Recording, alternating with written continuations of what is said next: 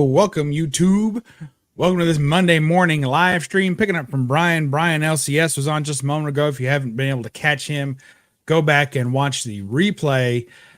Just keeping the community together, promoting everybody, having a big old time. And just seemed like there were a lot of people over there that might not have anywhere better to go this morning. So I thought, hey, I was going to go live and I saw he was on. I was like, oh man, let me hang with him for a while first and make sure that, he gets his respect and gets his time going. So here I am. You got to respect the Godfather. We got Las Cruces 1971 in the house this morning saying good morning. We got Ryan Riley, Evo Comics. Mike's is here as well. Chop and Drop, Robert Springs. Man, you guys are doing great. New subscriber. Welcome. I don't have any name for our people. I'm not the Derzaphites or the I don't know what anybody calls themselves these days, but welcome to BUBSWORLD. You can just be one of Bub's buddies. How about that? All right, we got Tigray Man is here from way across the pond there. Jimmy G, comic guy. Wolf says, "Woo!" All right, here's a dog back here somewhere. He had to come in. It's too cold outside. Leave him out there. Poor little fella. We got Martine with a Y here as well. Hey, I'm broke because of comics. Haven't seen you in a while, brother. Good to see you. What a good fella. Good long-standing member of the community. Been around for just about ever. Bub's buddies. We'll take that. We're having a little coffee this morning to try and stay awake. Bubaholics, I like that too. Although if you overdose on old Bub, I don't know if there's a clinic in America that'll take you. So maybe in the UK. All right. We'll start off today. We're going to do a quick unboxing. I don't want to hear any of your gruff about whether you know what's in here or not. Doesn't matter. It's in a box. We're going to take it out of the box, and therefore I'm calling it an unboxing. So we're going to take a quick look and see what's in here. We're going to do the magic. Look out, doggy. Do the magic look. Oh my goodness. You guys never saw that before. That's the fastest unboxing ever. So that's how it goes. Hey, what's up, Perry? This is going to be a community chat. So here in a little while, after I unbox this, I'm going to go ahead and drop the link. And anybody wants to hang out is more than welcome to. You don't need a whole lot of references, but if I have no idea who you are, we might ask anybody know this guy first. So, all right. So here we go. Fastest unboxing. Oh, look at that. Never saw that coming. Here's a nice little board. Look at that. We love getting boards. Oh, yes. Okay. So this here, I don't know how many of you folks are into this. There's a lot of, I wouldn't say newer community members in the chat today, but there's a lot of folks out there. A lot of us go through kind of a progression in our collecting. We start off, a lot of us are doing kind of like, moderns or pull lists. And then you kind of get into some of the older stuff. You start looking for some of your favorite characters from way back when. And then hey, don't chase the cat. Harvey, get over here. No cat chasing today. Come on. I tell you, you let him in for a minute. Harvey, stay here. So a lot of us do that, and we go and we start going into bins and diving, and you go dollar bin diving and looking for keys, and you get key hunting. You start going kind of creeping into the Silver Age, and you're like, oh man, the Silver Age, that's getting a little pricey, but you start working your price level up. Long story short, by the time you get to the Golden Age, there's usually not nowhere else to go. There's not much further back in time you can go than that and still find something that could be considered a comic book or even close. But Harvey, this dog's going to eat that cat. Come here. Live on camera. So what happened is that you kind of get to the point where a lot of Golden Age collectors now are looking for pulps. And if you don't know what pulps are, they're basically you can kind of look at them as a digest, kind of a reading digest. A lot of them had painted covers, a lot of sci-fi in there, a little bit of romance, crime, mystery, a lot of sci-fi. So if you're into sci-fi Golden Age, pulps is kind of a natural progression. And CGC announced, under some hush, hush, whoosh, whoosh scenarios that they're going to be doing pulp grading. And they sent over So we met with CGC at the Collector Summit in Dallas last year, back in December, and they went through their pulps, their pulp grading process, which is pretty similar to comics, which is good to hear. It doesn't look like they're going to focus too much on interior page quality because obviously they're very thick books. So let's take a look at this and see what you think. RV, that dog. All right, so this is Planet Stories. This is from the summer of 1948. Check this out. Look at that. So you all know now 48, you're well within comic territory. I've got lots of comics that are from the earlier 40s. But this Planet Stories here is just fantastic. You guys know that I'm very big into sci-fi, ray guns, and good girl art, and a small subcategory of what us in the biz call girls in tubes. So there's a girl in a tube, and I don't know why, but it's just one of those things. I guess it's because they're portable. You can bring them from, put them in a storage unit. You can bring them back in. You can move them all over the place. My wife walking by like, this guy, and we got old doggo over here. You be good, boy. You gonna be good today? I don't know. He wants to be outside running around and playing, but it's too cold. It's too cold. We're gonna keep him in for a while. So there you go. The Wereville of the Crystal Crypt by Gardner Fox. Wonderful. You got a nice punch out there. Stabbing in the ray there. Look at that. Isn't that fantastic? Girls in Tubes. There you go. That's the old Girls in Tubes cover there. Pulp from 1948. The pulps are starting to get expensive because the Golden Age collectors are going after them, but I'm not diving in too deep into all the pulps. I'm just kind of touching them a little bit and getting the ones that I really like, but I'm not trying to have a massive pulp collection. Like a short box is plenty for me. So they're still making pulps magazines. Absolutely. Swap pages too. Then we hold it. Hey, I'll work on that. That's how Perry likes his women portable. We appreciate that. Good to see you all. Yeah, I know, but that's kind of how it is. I think, I'll put it like this. So we'll just heard the visible 6-foot rabbit. That's true. Oh, he's down here. I swear to goodness. All right. Let's see if I can get a small look. There's Doggo. Look at him yawning his little head off. So, here's the deal. Here's what I'll say about pulps, about slabbing. I don't want to be too mean about it, but the bottom line is when you have a company that's a third party grader and someone who's giving their opinion on a book, and you can say as scientific as it is, I don't want to hear that, because if it was scientific, it'd be replicable and you would have the same result every time, and you don't.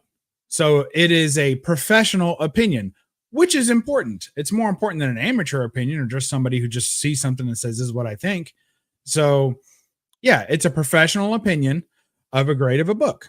And, obviously the different companies out there grade differently and will assign different grades and have more keen eyes than others, it seems. But that seems to be a book by book basis as well. I don't know that you can generalize any of the companies as that much better than the others. However, the bottom line is, with the recent scandals going on, anyone who was already a fan of CGC and was as bought in and has, 1,000 slabs or even 100 slabs all from the same company, they're not going to say that they no longer trust that company, because that, in a sense, devalues their collection. It's certainly a waste of money for everything they've spent. So I don't think that people are in a hurry to do that. I think if you're a fan of CGC, you're probably still a fan of CGC, and I doubt anything's changed. And if you weren't a fan of CGC, then this is one more thing that you can say that, see, I never liked him, and this is why. Now you guys should see what I see. So I don't think it changed anything. I don't think it moved the needle between people who like grading and people who don't like grading. I think it's pretty much stayed the same. Not tubes and girls. No. Girls and tubes. That's the way we like it. Portability is what we're after. Is that an SG on the wall, bub? An SG. And no, that is a 335 on the wall. And then that's Les Paul, and my SG is in the it's in the living room. Yeah. Talking about guitars there, I hope. All right. So good to see you all. All right. I love pulp with my OG. OG? You mean OJ? Oh, yes, I guess OJ. All right. Good morning, all. All right. Good to see you all. So we got through the unboxing. That's what I said I would do as the gatekeeper to come in here. That gives me a little something to section out, 11 minutes where I could just shoot that out. Maybe we'll do it just a tip on the CGC stuff. So let's go ahead and drop the link. If anybody wants to hop on, like I said, if I know you, that's fine. If I have no idea who the heck you are, then you may need a reference or two from the chat, and I'll ask for that. But other than that, it should be all right. We don't want any cancellations this morning. So there's the link. Anybody's welcome to apply to drop in is welcome to do so. It's a true community hangout this morning, which means the link's in the chat. That to me is the biggest thing. I used to say community hangout. That doesn't mean that I just have 10 people going on, because I could message 10 people right now and then hop on. To me, a community hangout is everyone literally is. It's like a lunchroom at high school is the way I look at it. And you can all come to my table and sit down. Anybody's welcome and have a good time. So, all right. So we got Dope because of Dope Comics. Look, Dope has been, I think he's revolutionizing the comic game with his high energy and mayhem. His manic personality really comes through. I'm so glad he started making content I think it was about this time last year. And I'm just super, super proud to have him in the community. He's absolutely awesome. So check out Dope Comics just as soon as you can. It'll be well worth your time, especially for like Golden Age, horror books. That's kind of his wheelhouse, but even some bronze, he's starting to show off a little bit more bronze too. So, and he does great, honest reviews of comic stories and especially single issues, which I appreciate, not just runs. So good stuff. All right. Link is down below or up side. One more thing we're going to do. I know that this is primarily a comics channel, but I have a vinyl channel that I'm starting up. I'm going to be doing, I think you can do a live. I don't know how many subscribers you have to have anymore for live. Back when I started on YouTube, you had to have, I want to say it was like 500 subs in order to go live. I don't remember. Maybe it was 1,000. But it's not that way anymore. I don't think. I think they pretty much let anybody go live anymore. But I got some new pop holders in. So the reason I mentioned that is just because I don't have anywhere to show my pop stuff if I'm not going to show it on the comic channel. I don't care. I don't keep a whole lot of pops, but my son got a few more pops here recently. I know that I think that one he got as a gift. Maybe another one was at a convention. So I picked these up on Amazon. They're not bad. I know I'm not like a professional pop guy or anything. I don't subscribe to all that stuff. And if the box has a little bit of corner dang or something like that, I don't really care. But I do think that they look better in the case, in these little cases. So Mike says 100. You got to have 100 subs to go live. Okay. So I wasn't sure. And I don't know if that counts go live directly through their website or not. So I'll have to try and build that up so we can go live. We'll see. Maybe I can do a backdoor live or something. I feel like I've watched a couple of those videos, but we'll see. All right, let's see. We got there we go. Good to see you all. So this is one of the pops he got. The Beta Ray Bill special edition. I don't know what makes it special, except they're saying it is. And I love these these Marvel 80-year pops have been my favorite. But I really like these. I really like these. That's my son's, but I'm the one that supplies everybody with these cases. So, a StreamYard. Okay. Let's see. So these are pretty good. The thing that's annoying about them is that the little peel away, protector is difficult to get off sometimes. And sometimes it leaves little scraps of things and you got to work on that. So Not a perfect system, but they're really cheap. They're only like I want to say for a pack of 10 or 20. I have to look at my Amazon history, but it's pretty cheap. It's the cheapest I've found. Now, if you go to like GameStop or something, you can buy them for, I think they're almost like $2 a piece, like $1.98 a piece, which is not a bad investment. Like I would say, if you're picking up a pop at GameStop already, just go ahead and grab one of those off the wall and have them put one in. And they also sell boxes of them too, of the protectors at GameStop. So I think that's all of it. All right, so let's take a look. Pops open like that. Standard. They're not the big hard case ones. I don't really care for those because I feel like those get scratched even easier. I kind of pre-bend it a little bit so it's not so difficult to get in there. Afterwards, that's where the bathroom is at the back of the ship. The afterwards. All right. Get that in there. Always be careful.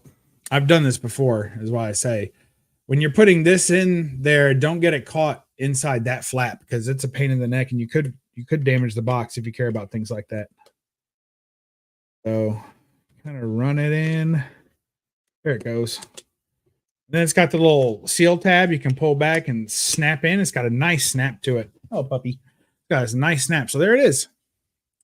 All purtified. Hey, Brian, what's going on? Hey, thanks for the lead in, Brian. I appreciate it. Thanks for having that stream on this morning. It was good stuff. And thanks for keeping the community rolling and together. Appreciate you, brother. All right, so there it is. Ooh, Lisa Noble's sliding in the chat. Good to see you, Lisa. Appreciate you always. Key member of the community there. Look at that. Love it, love it, love it. Well, that goes off to him. That's his. And we got another one to show off here. We got Johnny Bravo. Thank you very much. Good. Cartoon Network, Johnny Bravo. Pretty sure he picked that one up at Lexington Comic and Toy Convention last March. So that's been out of box for like a year. So this definitely, and I should make sure it's dusted off because if it's been out that long, it's probably... Well, you guys need to get you a nice BUB'S Comics jersey. Good for Dustin Pops. Whoa, mama. That's right. See y'all. Agu Rhythm in the house as well. Good to see you. If I were home, I'd hop in the live, but I got bills to pay. I got bills to pay too. Yeah, I'm off today. Company honors Martin Luther King Jr. Day, so we are off today from my company, which I appreciate. They're actually really, really good about holidays and stuff, and a lot of places aren't. So I'm very thankful for where I work at. I think they treat us right for the most part. Nobody's perfect. So, all right, we're taking this off. Hopefully, I won't drop any of this stuff in my coffee. But if it happens, it happens. You guys will see me choke live on air. Another video I think I've watched before. All right. Man, that stuff's sticky.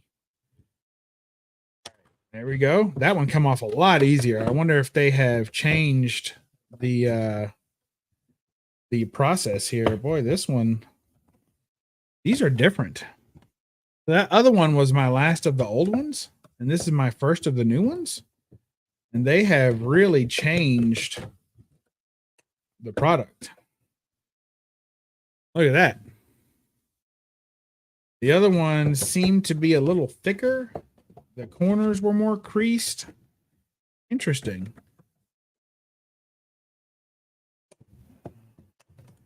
I think ultimately it'll be okay, but it's definitely, they've changed the product. Of course, I don't buy too many pops. And like I said, these weren't even mine. So it's like, it has a little tab. Interesting. It's definitely different than the other one was. I have to say, so far, I like the other one better. It wasn't so flimsy feeling. Price was the same. I have to check on the price of these. But it's a little bit snugger fit too. I do like that. I like it when it's more snug. All right.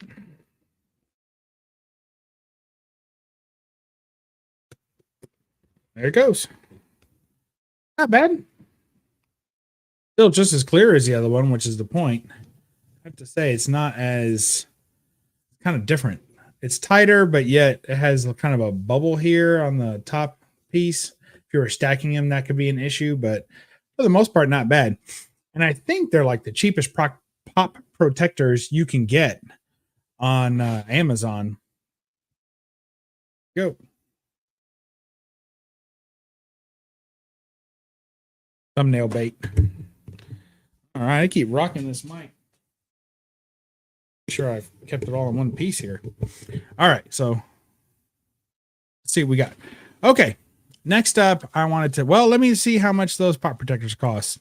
I can pretend my DMs are lighting up with people wanting to know, just clamoring to know how much these things were. Let's see. They are 24 pop protectors for $19. I think that's a pretty good deal.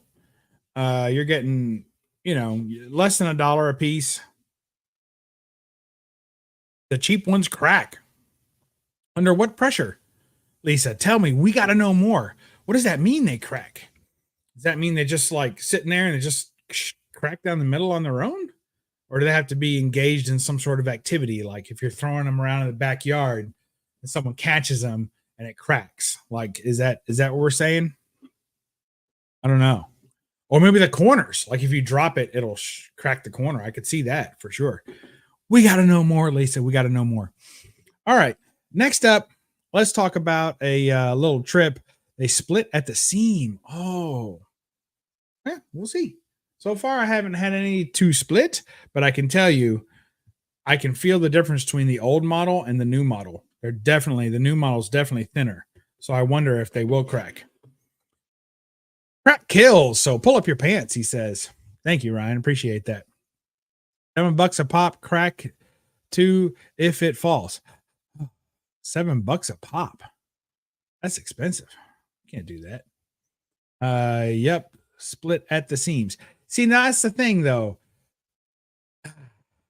I would contend that not all the cheap ones are made the same, because I have 2 different cheap ones here and they're definitely different, but it is what it is. We'll have to find out more. I'll keep you posted. Subscribe, sign up for live updates, and I'll let you know if either of these 2 crack under the pressure of just sitting on a shelf. I'll let you know, because that would be terrible. And I don't handle my pops. Like I get them, I put them on a shelf. I'm done. I have probably 3 times as many out of box as I have still in box, and I'm done. Like I'm not taking them to shows. I'm not setting them up on displays. Like I could see that bit. There's no glue on these. It's just like it's a single sheet. Well, there is one pop of glue. That's true. There is one seam. So yeah, it could be cheap glue. Cheap glue. Seams, he says. Seams. All right. I get you. Thank you, everybody. All right. So let's see. But still, that's not bad. $19 shipped for 24 protectors. If you're a collector like me who's just displaying and that's it, you're not traveling around to shows and picking them up and handing them to your friends all day, then you'll probably be okay. And at that price, you can just replace them. I mean, I'm used to replacing comic bags every now and then too. So it's just part of it. So let's talk about a trip that I took to my favorite local comic shop, my local, not so local comic shop. It's about, I'd say if I drove straight there and didn't stop to eat anywhere, which is tough for me to do, but if I went straight there, it's probably about an hour and 15 minutes away. So not very local to me, obviously. There are closer shops, but there are not better shops closer, if that makes sense. So I was walking around, checking out the walls, seeing what they have, and picked this up. It is Catwoman number 77 with a lovely Adam Hughes cover.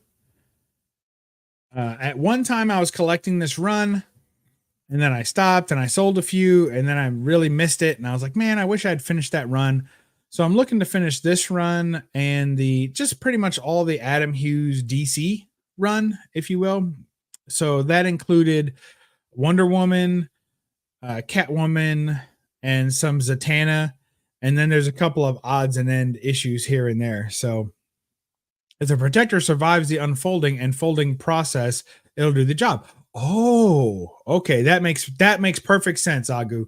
That makes perfect sense. So basically, those survived, but there's some that you could open up and they'd be destroyed. I could also see that if something like this were sitting on a shelf for a while, like even unopened, that it might get older and then the glue would dry out, and then by the time you popped it open, it would be bad. So I could see that. It would break as soon as you opened it out of the package. There you go. Run, Catwoman, run. A damn Hughes. Doing some fine work there. Still trying to complete that run, especially the Catwoman side. Haven't got there yet, but we're still a work in progress. We're not complaining about it. I've got most of them, and I think I have the most expensive ones already. So I'm trying to pick up the rest of these for like under $10. So in this shop, I've been dealing with him a long time, so he usually gives me a discount. He did on these. So a lot of times I'll just pick off the wall, and I don't necessarily force it. I'm like, all right, what do you take for all these? Next up, some more Adam Hughes. We have Zatanna number 11. That out. Zatanna number 11. Oof. Who's that? Is that like Solomon Grundy or somebody peeking in from the corner? That's rough. Nice. Adam Hughes Zatanna work there. Got the fishnets and the stars. The boost day. Yep. I think he means dem legs, but we'll take it. Hey, Perry, you're not working. Hop on. If and you want. You too, Agu. Hey, Mike, any of y'all want to jump on, you're welcome. Okay, next up. Boy, this arm's getting tired. I have to switch over. And a big one. Look at that, man. All right. So next up, we have Danger Girl Special. I guess number 1? I don't really know. What do you mean? There you go. Danger Girl Special number 1. The Mod Bod, it says, instead of the Mod Squad. Isn't that cute? J. Scott Campbell. I was gonna say reeling in the legs, but that looks about right. But then those calves are still quite long. I like this one. It's cute. It's got a little heart or something in the background. I like this. And of all J. Scott Campbell stuff, I like Danger Girl the best. It's my favorite run. It's kind of a spoof, kind of a Bond type spy thriller thing, but it's a lot of fun, kind of a Charlie's Angels kind of spoof. So I really enjoy the Danger Girl stuff. Good interior art on these. The stories are fun, and I think it's Campbell's best stuff personally. And it's at a time in his career where he was a little bit more modest with his drawing. So like, yeah, that one girl on the right has super long legs, but like that girl up front, she looks totally normal proportioned. So, well, other than that size -0 waist or whatever, yeah. Other than that, which is just comic books, I guess. All right. So the big pickup. Oh boy. I spotted this as soon as I walked in. I left it on the wall. He has several little wall spots in the shop. I spotted it as soon as I walked in, but I left it on the wall because I didn't want to show my hand too fast, too quickly. But it's actually a copy of a book that I've already purchased from him before. So this is my second copy of the same book. I was looking to upgrade. I mentioned this on somebody's live stream the other night. I don't remember who. But I was looking to upgrade, and I didn't know. I felt like this was going to be a solid upgrade. Then after I got it home and looked through the book, I feel like it's kind of a lateral move. But I will show you the original book that I have, and then I'll show you the book that I bought as the upgrade. So the original book is Silver Surfer number 1. So this book I had already bought from the same shop. Oh, probably 4 years ago, maybe 5. So Silver Surfer number 1, killer date stamp on there, if you can see that. However, you may notice that about half the book is completely sun faded. So if you look from about here down, that's the color, that's the correct color of the book. You've got a lot of yellow around there. You've got red and yellow here. You know, the earth is bluish green. You have red in the background in the sky, if you will, right? So, but then from here up, it's all sun faded. That should be red. This should all be red. That should be yellow. This should be, you know, green, I guess, instead of whatever that is. So there you go. So this is my original copy that I picked up from this same shop, you know, 4 or 5 years ago. Now, this is the book that I picked up, and I bought that for peanuts. I mean, it's embarrassing how little that I paid for that book. So I thought it was interesting that the same shop, the guy had also, in my opinion, put very little value in this book for whatever reason. So here's Silver Surfer #1 that I just picked up this weekend, Saturday. And you can see the difference. So when I saw this, I was like, well, that's got to be an upgrade from this, right? I mean, just from far enough away, you can see that difference. And you can kind of see where the color fade starts. Because, like, let's see, this is trickier to do than you think. But, like, look right there. Like, that's the same. Actually, the color on the faded book is actually a little better. But then, of course, you see that. Now, I had thought, oh, this thing's been in a window. This thing's been around forever. Like someone had it displayed in a window or something. But my wife actually figured it out. She was like, no. She's like, that was on a comic rack. And it was in the window, like comic rack in the sun, because it really fits perfect that what was blocked was a book in front of it in a rack. And then that's what happened. So she's right. I think she's totally right. Is the spine better on the faded one? Much. So on the faded one, we have a nice, crisp, flat spine, near complete down to the bottom. But it's also almost like 95% detached. So from here to here, it's attached. The front cover is attached. From here up and from here down, it's all detached. That's really the only thing about the book that you can't see right up front as being wrong with it, other than the fade. So, and there's some creases and things, some color breaking along the side. I mean, it's an older book. You can see it. So I estimate it to be somewhere around a 2.0 at best. Maybe if I fix the spine, I could get it to 2.5, but the fading really hurts this book a lot. But other than that, it's a nice flat copy, clean pages inside, no staining on the back, no staining on the front. The only thing we have is sun fade and a spine detached from cover, which is a big deal, obviously. Let's see. Looks nice, beautiful book. Felt tip markers. We're going to get those right out and clean that sucker up. Mike says a huge difference. Spine is better, Martin. Makes sense. Red is always the first color to fade. Yes, I agree. And Ryan's claiming the downgrade copy. So here is the upgrade copy, but the more I looked at it, the more I feel like it could potentially also be between a 2 and a 3. I don't feel like it's a real jump. And mostly because up here you can see there was a price tag that someone attempted to remove, did a poor job attempting, scraped all kinds of the color off on that. And it's almost translucent behind it. Like whatever they used to try and remove it, they made a mess of it. Then there's a stain over here by the 25 cent. The back cover is heavily soiled as well. And you can't really see it in the Mylar, but it's got water damage. I can feel the crunch of the pages. It's not severe, but it's there. Like I can tell. Because when I touch the other book, it's flat, it's clean. This one, I can feel the bumps and the bubbles. Like I just know that there's something going on with this one. Cover is attached. It is only slightly torn off up here.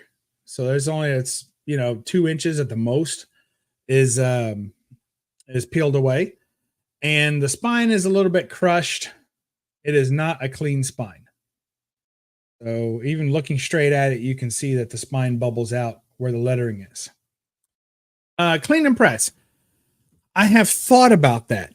I think it'll be tough because this is already color removed. So there's not too much I can do with that. If the sticker was still there, I'd have a better shot of removing it properly, but someone has already scraped it and removed it improperly, so it's hard. I can't get the color back in there, you know? Uh and then the other issue is that the square bound books are particularly difficult to press. I have done it with moderate success, but they are tough to press, for a couple of reasons. One is that it has staples on there, so they're not in the side; they're on the top, right, and on the inside behind the cover. So those tend to indent through if you're not careful. And the other problem is that the spine, when that glue heats up in the press, it runs. So if you get your press, if it's just at that temperature where it will melt glue, which is about the same temperature as it takes to press a book. So it's very close and it's very easy to mess up the glue in the spine. It'll run and it'll stain all the pages and potentially crust off and just be done after it dries. So pressing a square bound book is very difficult. Now, I forget the guy, Immaculate Comics has a new product out that he claims can press a square bound book. I haven't watched the videos on it and stuff, but I think it's some sort of frame that you can put inside of your press. But I don't know how he addresses the problem with the heat in the glue, because I can get it to where I don't crush the spine by putting backing boards up against them, and I kind of sandwich the spine with backing boards. But I don't know what he's got that will do that and stop the heat from transferring in. That's really the bigger problem.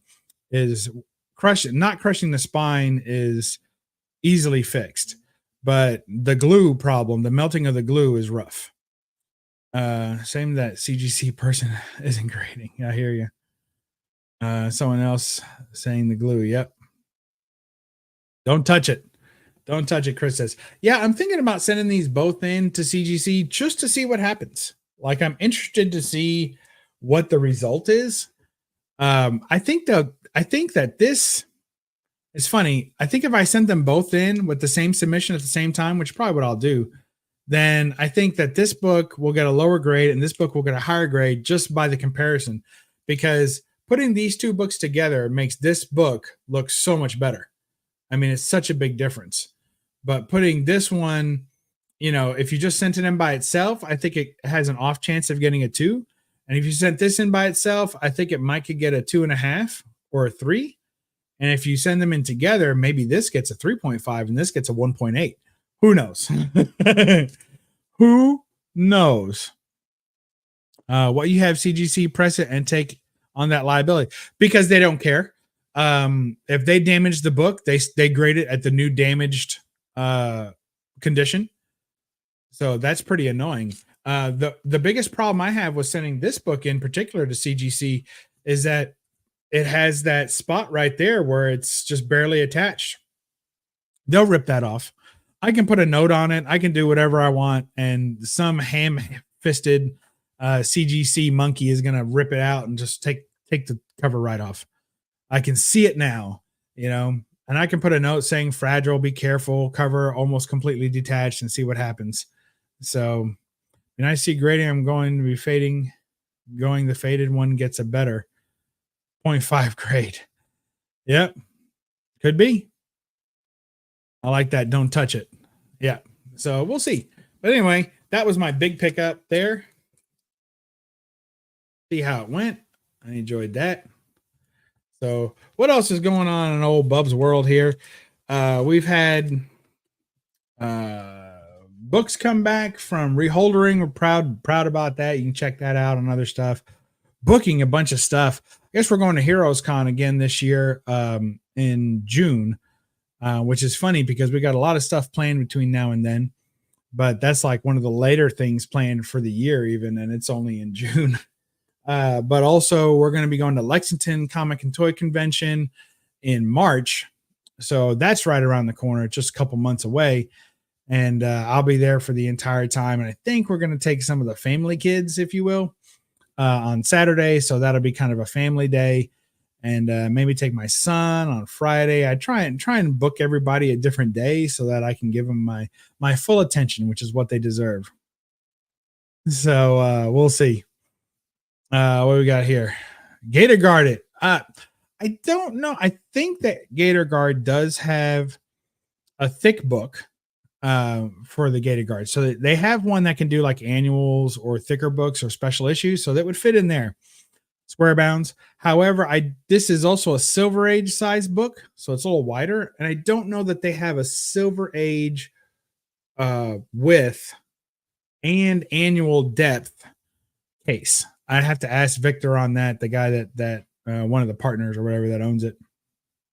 I have to ask him on that. So, didn't you marry a cover of Daredevil 1? I have faith you can do the same with that book. Don't think I didn't think about that, Chris. I did think about that. Gunny, good morning. Good morning. Oh, Macho Camacho coming at us from the great desert in California. Appreciate you. I did think about that. I've got my Daredevil 1 here that's married front and back cover. CGC didn't pay attention, gave me a blue label. But I have thought about that for this book. When I first got it, my first thought was worst case scenarios, I'll swap covers. But I think it would be a little dramatic because getting this cover off, there's only missing a little piece. So that's I could blow on it and the cover would probably fly off.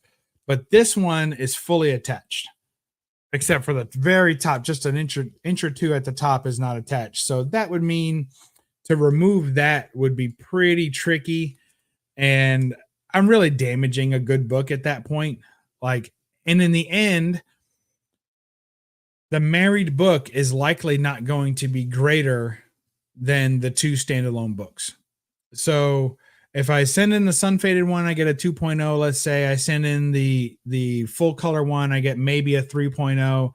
If I were to marry the two books, I still think the best I could hope for would be like a 3 or a 3.5 at the most. And that it wouldn't be worth ruining the value of two books to get to one book. And if it did come back purple, then that would be way worse. Like that would be a really bad deal. Like that would be super foolish. So I'd be taking too many chances on that. So we're not going to do that. But I did think about it. So, all right, what else? What's everybody got going on for the day and the weekend? Hope everyone's having a big time and just enjoying themselves immensely. So I know I have been. It's been a great weekend. We went to Nashville this weekend. Me and my wife had something of an anniversary on Friday, anniversary of our first date, if you will. So we went and did that, and we went to Nashville and had a big time. Enjoy them and keep them raw, he says.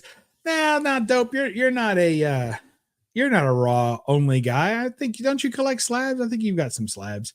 I like slabs. To me, they're like, trading cards. That's the way I look at them. And that's how I started in this hobby. So, slabs don't bother me, especially of key books like this that you can get a reprint of. So it doesn't bother me to have a slab. I like it. I think it looks pretty. I think it looks nice. And it would be cool to have two. It would be really something if they came back with the same grade. Like if I got a 2.5 on both those books, that would make me happier than getting a 2 and a 3. So we'll see. We'll see if the grader had a good day, right? Who knows? Still drinking coffee this morning. Of course, for me, it's still the morning. It's 10:15 where I'm at. I'm in Central Time in the U.S. So I enjoy all books, raw or slabbed. Yeah, me too.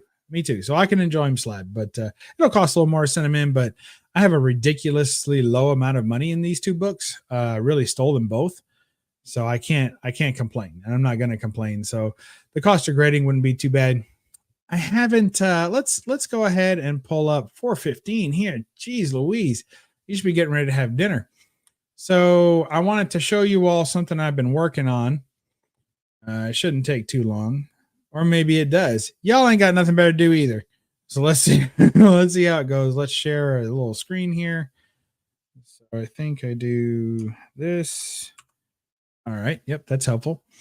Let's present. Let's have a share screen. I'm going to share a tab.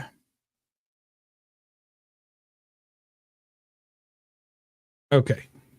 Ta-da! There's our big CGC fun. Let's go to my CGC. Let's see. We go to resources and registry. So here is a comic registry, a place where, So I don't know how much you all do on the registry, if you all are big CGC registry fans, but I have been looking at, I've already been on the registry for my Planet Comics run, my Golden Age Planet Comics. So this was a big deal for me to get into this because I only know of 3 people, one of whom I've never met, 2 of whom I do know, that have ever had a complete run of Planet Comics. Now the story is the third guy that I've never met currently has a complete run, but the other 2 that I know, they have had a complete run before, but no longer do. They've sold them off. So let's take a look at the registry. Oh, here we go. All right. So here's the registry. And how it works is that basically you have competitive sets, you have custom sets. So if there's something you're looking to create yourself, you can do a custom set. But if it's like a run, like if you're just trying to work on your Uncanny X-Men run and you're trying to be competitive with that, so you can do it here. So the competitive sets are alphabetical. So here under P for Planet, we'll click on P. And we're looking for Planet Comics. I think I passed it. PL Planet Comics. All right. So basically the way that this works is that there are 55 people competing in this set. So let's take a look. So here's what we have. This is the competitive set for Planet Comics. Let's see if we can make that a little bigger. All right, how about that? So for those of you who have never been on the registry, this is what it looks like. This is a competitive set for Planet Comics. 55 registered sets, or 55 people that are trying to compete for this.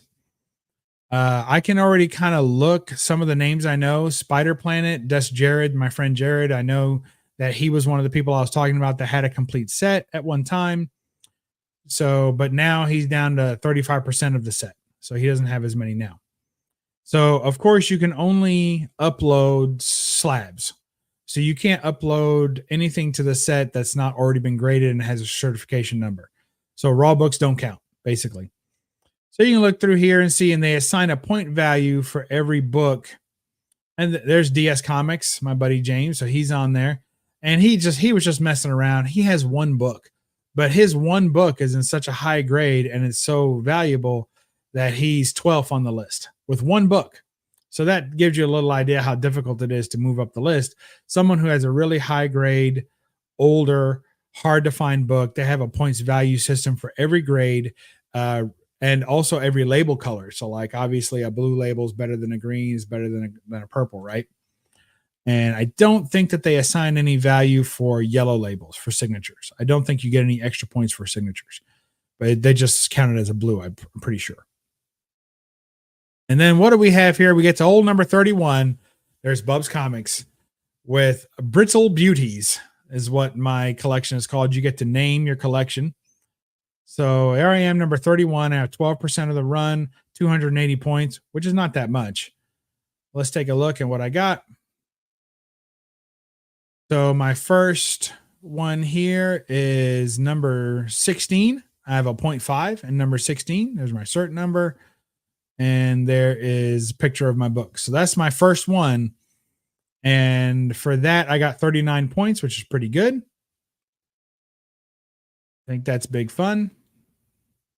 And then here's number 21. I have a 1.5. Look at that. We got only 6 points for that because it's a purple label. So you can see that they change. And if you're wondering what the value of that is, so I got 6 points for a purple label, and you have to look at what the restoration is. So in this case, it is C4 restoration, which I think means glue, possibly some color touch. Like it's got a lot going on, maybe some trimming. It's one of the worst restorations you can have. C1 is what you're looking for. That's kind of simple, just small little things. But like, let's look at the actual book. You can do that. You can go to Planet Comics 21, and they'll tell you all the point systems that you could get. So that if that 1.5, oh, they do give you extra points for signature series. Well, there you go. If that 1.5 was a blue label, that would be universal, right? So a 1.5 universal would have got me 52 points. But instead, because it's a C4, which is pretty low down the list, I only got 6. So that's how that works. That's how you get points. Pretty cool. So recently, in addition to my Planet Comics set, my goal on the Planet Comics is to get, hey, what's up, Los? Yeah, not much on the SIG series. But my goal on here is to crack the top 20. So right now, looks like I would need upwards of 927 points to crack the top 20. So let's look at who we're after. Planet Goodness. Here's the guy sitting at number 20. He doesn't have any of the early run, so he doesn't have any rivet covers, which I've got a couple. Doesn't have any. And then the rest are all mid grades. So he's making his nut in mid grades, later books of the mid grades. So that's something that I could try to do, you know. So what does he say? Fake comic journey. What's he talking about? Fake comic journey. Who knows? All right. So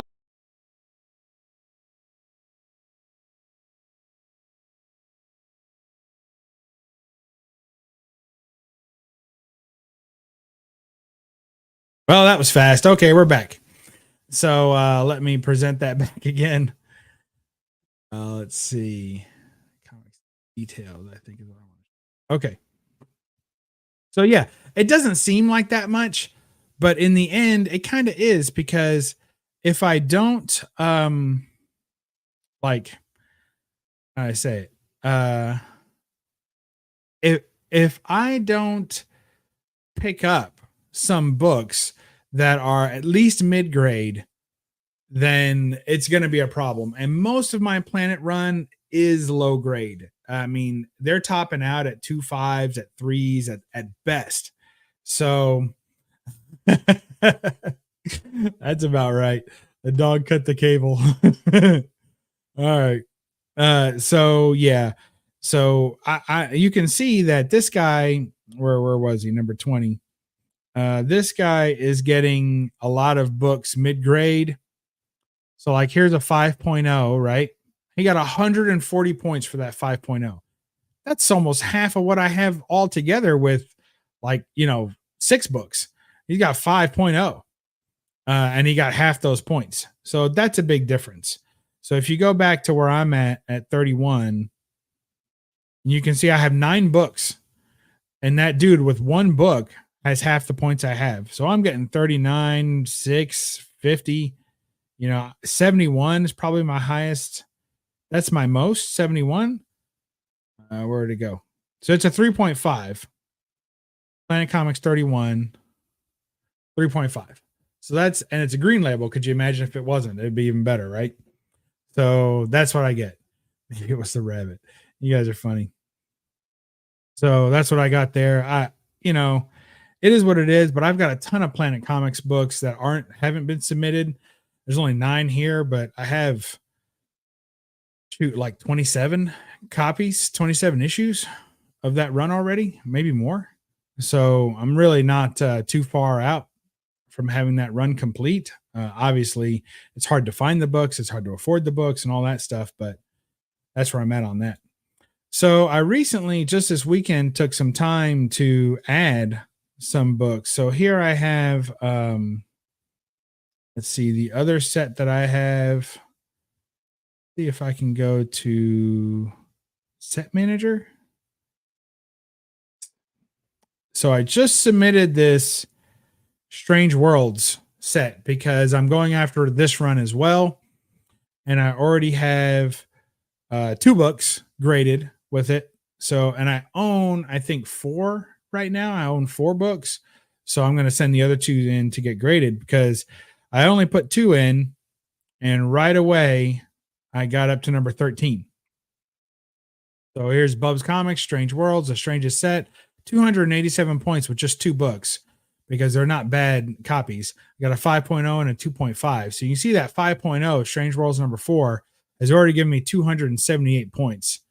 So that's pretty cool. There's my 5.0 Strange Worlds.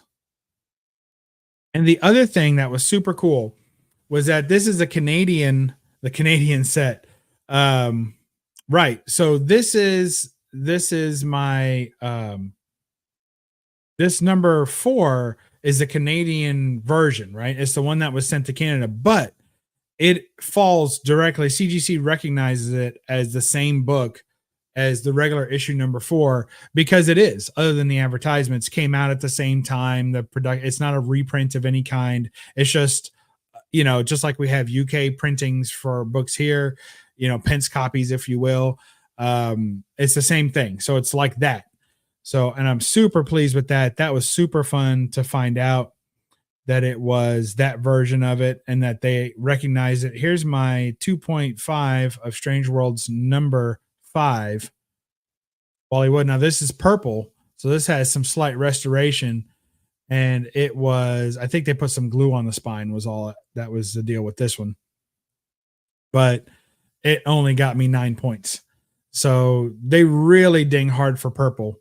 So let's see. What's he asking? What do you win if you win #1? Yes, I agree. There's probably lots of people who have nice raw Planet Comic runs. I mean, if you looked at my set on here, you would think I don't have that many. I mean, I've only got 9 graded, but I have 20 something issues. So, I mean, you would think that I don't have a lot, but I do. Actually, I think I have more than 20 something issues. I should check that next. All right. What do you get if you win #1? Prestige, honor, the admiration and adoration of your friends. Not a whole lot, but like as you can see on this one here, the fella that has #1 spot, he's got all these. He's had the #1 spot since 2012, and he's maintained that #1 spot every year. So if you click on his set, you'll see the little awards that he's won. So he's the best in that set, which is an automatic, I'd say, like AI generated award that stamps your page with that. And you can see that he's doing it with high grade. I mean, high grade for this old run. And some of these books are super expensive. So, I mean, for this old run, he's doing high grade all the way. He even, I don't know why they included this reprint in there. That always kind of irks me, the IW reprints. But they put a reprint at the end of this one as an additional book to pick up in the set, but whatever. So, and he's even got a high grade of that. So he's not messing around. He's got high grades of all of it. So probably lives in a basement, never goes out. Hey, maybe whatever it takes, right? So whatever it takes. Let's see. So that's what you get. You get little awards. I'm not looking to win any awards necessarily. I'm never going to beat this guy and have, I think that you would have to focus on one run so specifically, pour all your money and budget into that one run just to have this. And that doesn't really, like you said, you're not winning enough for me to want to do that. At least not me. Probably Alan in Canada. Yeah, I know he's got a few planets, but I don't think that he focuses on them or Strange Worlds specifically.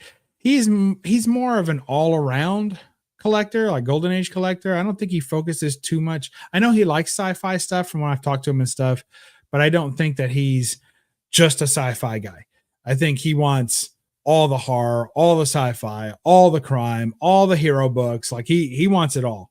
So, which is fine. That's, if you have the means to do that and it's working out for you, you can pick them up reasonably.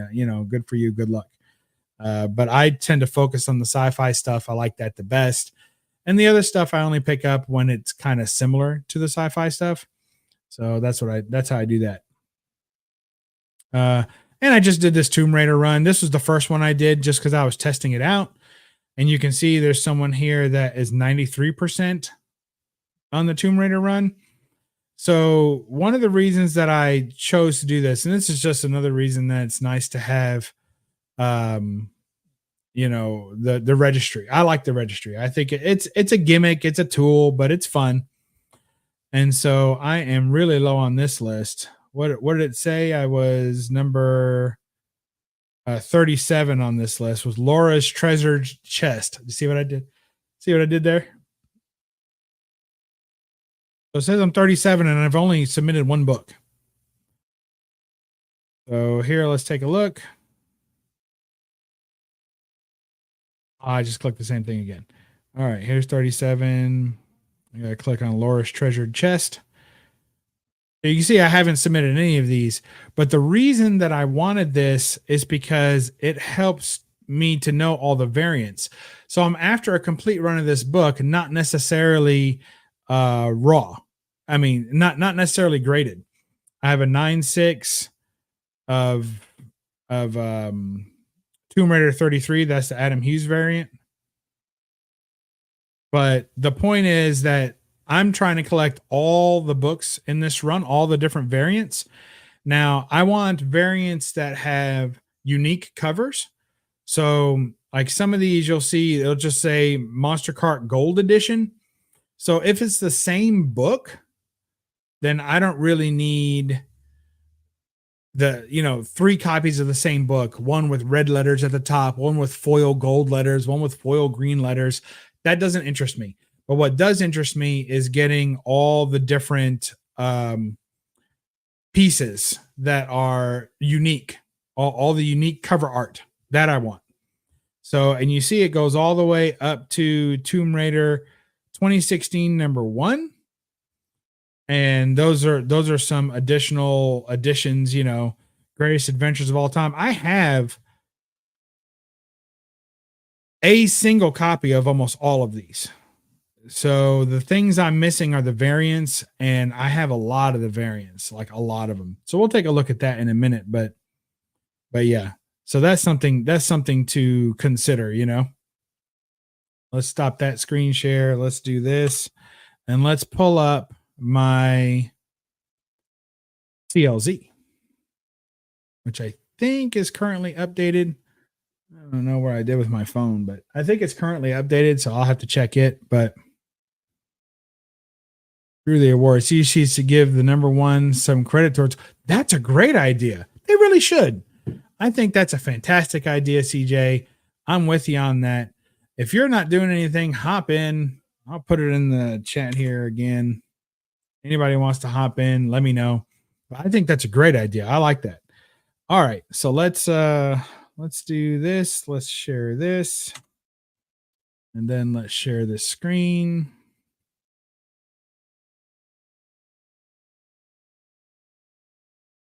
Boom. Okay. So these are all my books in the CLZ app. I got 2,935. All right, let's hold on. Let's CJ's making a mess. All right. These are all my books in the CLZ app. I have 2,935 unique comics. So they say. I can tell you right now, it's more than that. A lot of the mags don't have in here. And I do add a lot of books from, that I get that aren't on here, especially in the golden age. You have to kind of help create the database for that because there's so few of them out there. So I have added a lot of books, but I haven't added them all. So there's some books in my collection that don't show up here just because I never found them and I didn't have a good way to add them. And maybe I got lazy or something. I don't know. But this gives you an idea of kind of what I collect and what I got going on. Okay. So there's some sketchbooks, some Adam Hughes sketchbooks. Good stuff. But anyway, the point is I was wanting to show you. Now I'm just looking at my own collection. I tell you, one thing this is really good for, the CLZ app, is if you're someone like me who struggles with going out and seeing other books and thinking, I need that book, I need that book, I need that book. This helps you lust after your own collection, because shopping, especially online. Now, if you're someone who only shops in person, it's not as much of an issue.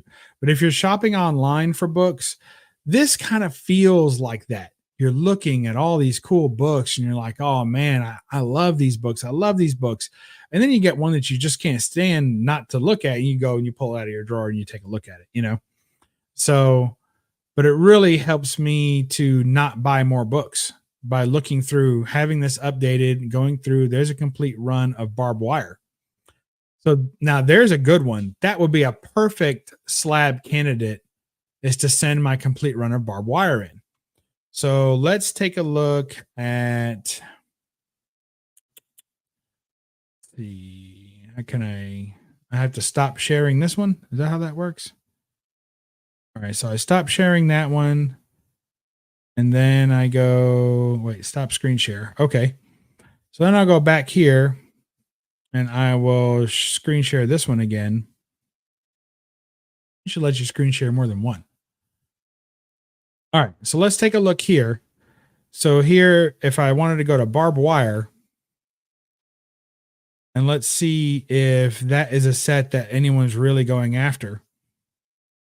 So comic set categories. I think you can just search right here. So let's see if the new, nope. So no one is going after a complete barbed wire set. Isn't that interesting? So, which is okay. If no one, oh, wait, nope, nothing. These are custom sets. So that's it. So no one has barbed wire as a competitive set. Most of mine are high grade. So I could definitely do that. That would be kind of fun to do. So, oh, is that how that works? Okay. So I just share this tab. Oh, that's cool. Okay. I figured it out. Sorry about that, everybody. Let's see. And I think I can make it bigger by doing that. Yep. Yeah. Sweet. All right. So it would be cool to go through my barbed wire set and get those all graded and submitted and see how it goes. There's some great covers there. Good stuff. This one's probably my favorite. Digging that. This one's my least favorite, but it's also one of the hardest to get and one of the more expensive in the run. Like, you see a lot of people have the run, they'll be missing that book. That's a pretty good one. I like that one. Bikini Blowout. So you got some Batman here, Batman Adventure stuff. Of course, there's number 12, the real one and the not real one. And what's nice is that they give you, you can, not in the full screen, but here on the side, you can see if you have it graded, they kind of give you this 9.8 blue label. That's what I have that one in. So that's cool. And it says CBCS because that's the grading company that graded that. So just taking a look through the CLZ app.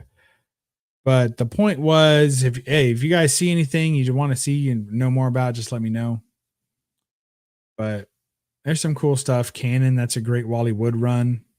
Some Cap. I was working on an early Captain America run.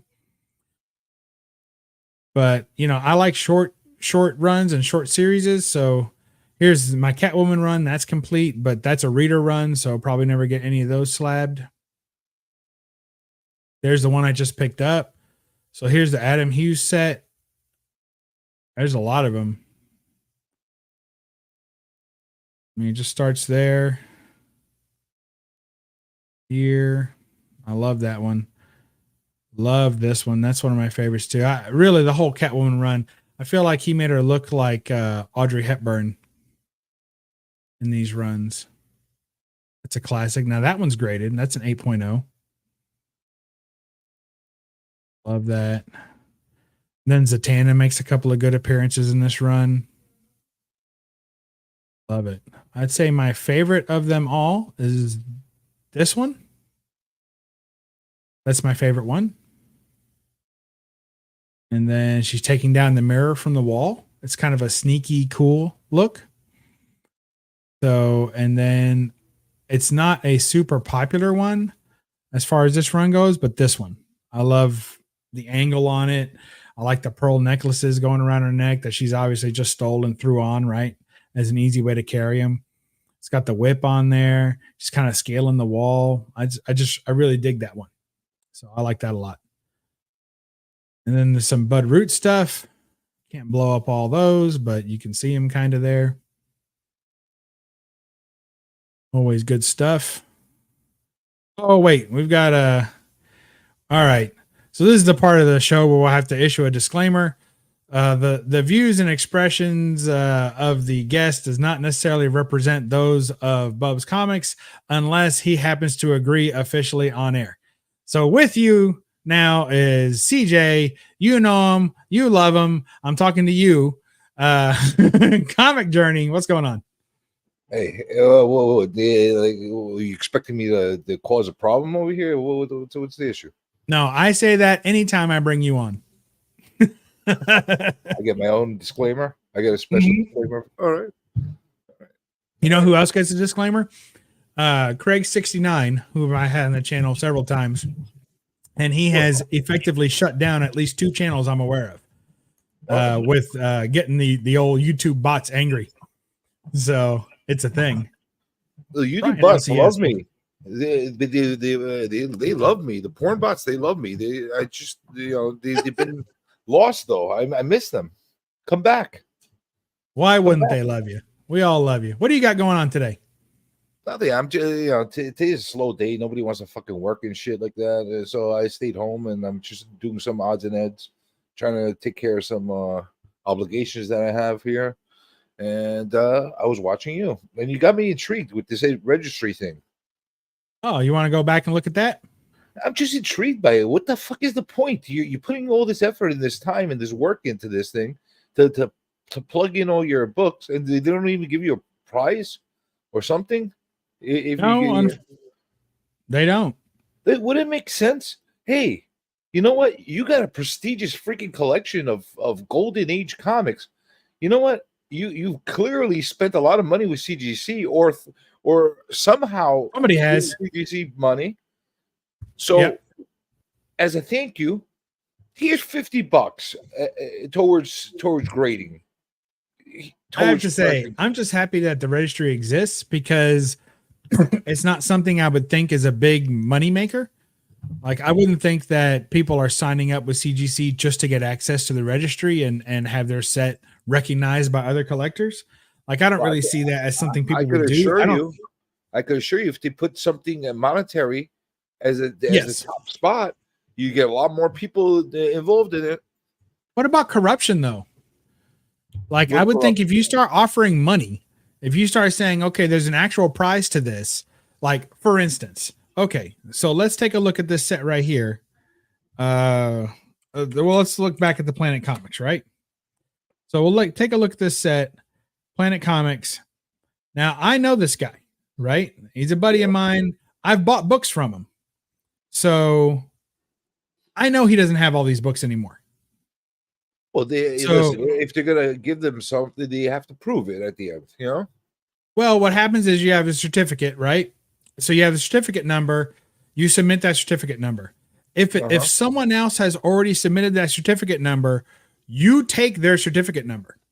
Like, it disappears from their set and it moves to your set.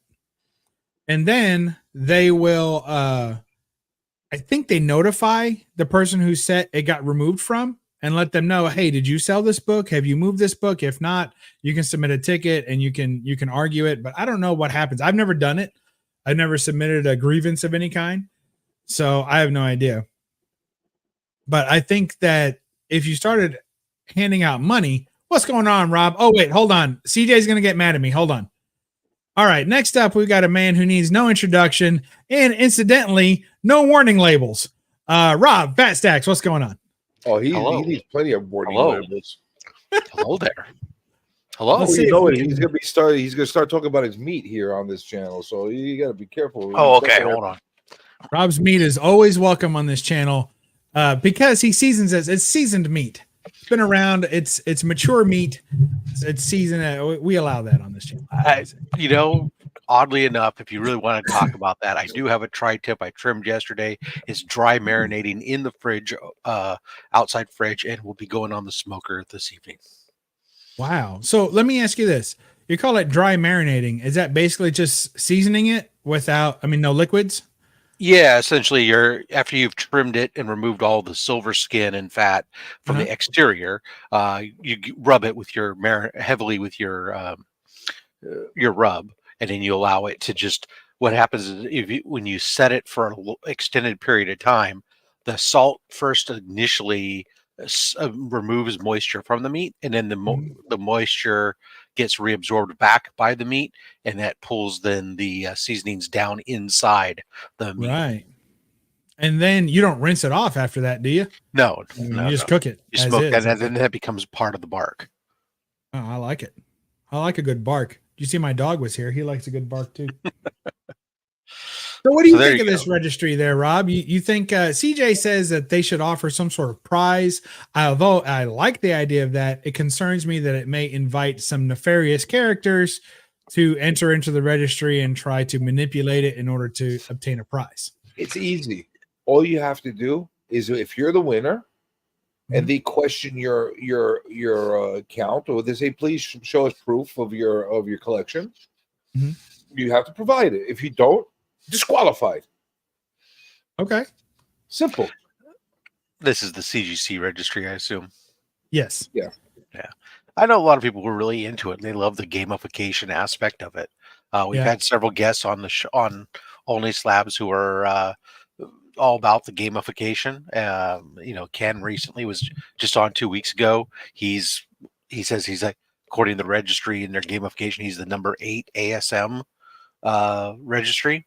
For me, I don't care. It's just like another. I can swear on your channel, right? Of course I can. It's BUB'S channel. Yeah, it's like absolutely. It's just another dick measuring contest. And you know what? I do that just by posting them out right here on the wall. And somebody may have a higher grade to me, and that's great. But I don't need to. I don't need to play. On the whole point is, though, there's no incentive, though. If there was an incentive, maybe you think of it differently. It's bragging rights. That's what collectors love to do. Collectors love to brag and show off what they have. And this is another way for them to do that with all their e-friends, is to sit there and say, look, e-friends. Yeah. Hey, e-friend, for some people, e-friends is all they got. I'll just throw that out right out there. E-friends are better than no friends. I think that's true. So if anything, e-friends have allowed us to connect to people we normally wouldn't connect with, and meet people of different walks of life, and actually might be a better society than we probably could have been without.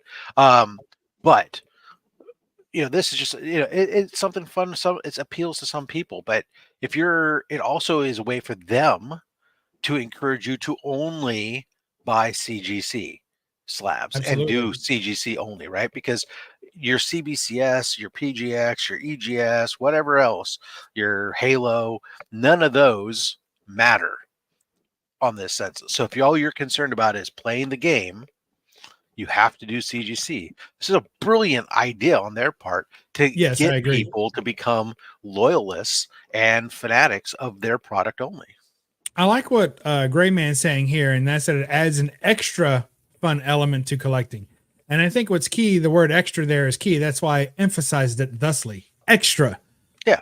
It's something extra for those that are that want that. Or you're not paying for it. Like this, this is getting something that I've already paid for. Like CJ said, I've already paid for it. CGC got their money already, right? Whether it was for me or another collector, they already got their money. So this is something that I get to enjoy it just a little bit more, be part of a little club and see what else is out there. And honestly, it helps to focus me for this year when I'm sending in books, which books I want to get slabbed. I'm like, you know what? I feel like this book could get this grade, gets this many points. So I'll send this book in instead of this book, which maybe I like the cover a little better on the other book, maybe let's say, but I really want the points. So I'll send in this book first. I'm going to get them all slabbed eventually. So it changes the order in which I send things in, which is fun. It just doesn't work. I mean, it's if you come into that points thing, that's what it does. It's altering though what you would normally do. It is based on because now you're concerned about points versus I like this one best. Yes, but ultimately I'm going to get them all slabbed. And if I get the ones that I like best slabbed first, as you know, wall space is always at a premium. So the books that I display, if I display try doing it when my you have 1,000 slabs. Yeah, exactly. So, I mean, think of all the slabs that you have that you don't display anymore because you have other books that you like better. But you still got them slabbed or you still bought them slabbed.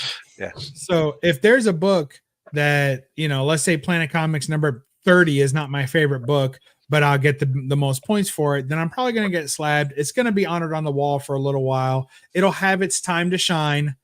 And then when I get 34 slabbed, which is a superior book to me, then when it gets slabbed, 30 may never see the light of day again. He's going to go into the archives, and then, you know, so every book gets a little bit Goes of into my light cave on of it, gold is for this dragon to pretty much. curl up I don't with. know, Yeah. it just sounds like additional amount of work that CGC is playing with people's minds to get to do in order to.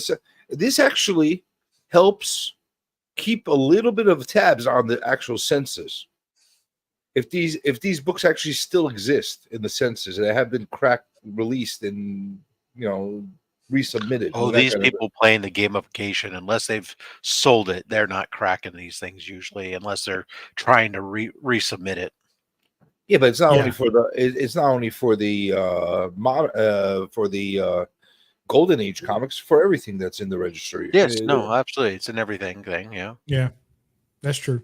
so there's Perry wants to buy a Bub's Comics shirt. Send me your shirt size, Perry. Send me a whatever. Message me your shirt size, and I'll hook you up. You've been a It won't loyal be the supporter jersey, of my but- channel. It won't Yeah, be it'll the be- jersey. Yeah, it's the jersey. Yeah, Oh, I'll send them the wow. jersey. Yep, That's they're going that's- out there. They're getting out there. You know, it's hand embroidered. You know, I know. I have several jerseys. I know. I'm surprised you're not wearing one today. I want a I slab didn't. pub I got up jersey. just to hang around the house. I wasn't. I actually was thinking of going outside and doing a little bit of yard work this morning to trim a couple trees while they're dormant. Mm. I want a slab pub jersey. Slab. Oh, jersey. the old one. I think There was never a slab up jersey, so that'd be That's why I want one. were those not subpoenaed? Like, are they are they state evidence now? I've never How's that go? never had a jersey for Slab Hub.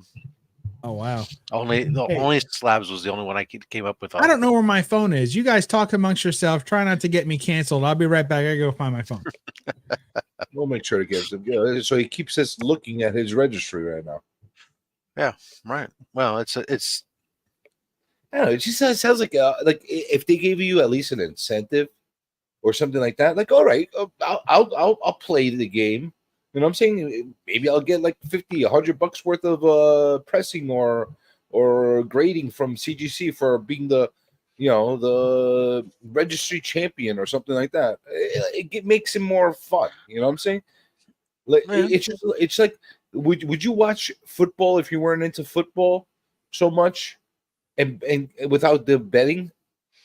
no, and that's why I'm not involved in the registry because I'm not as into that aspect of it.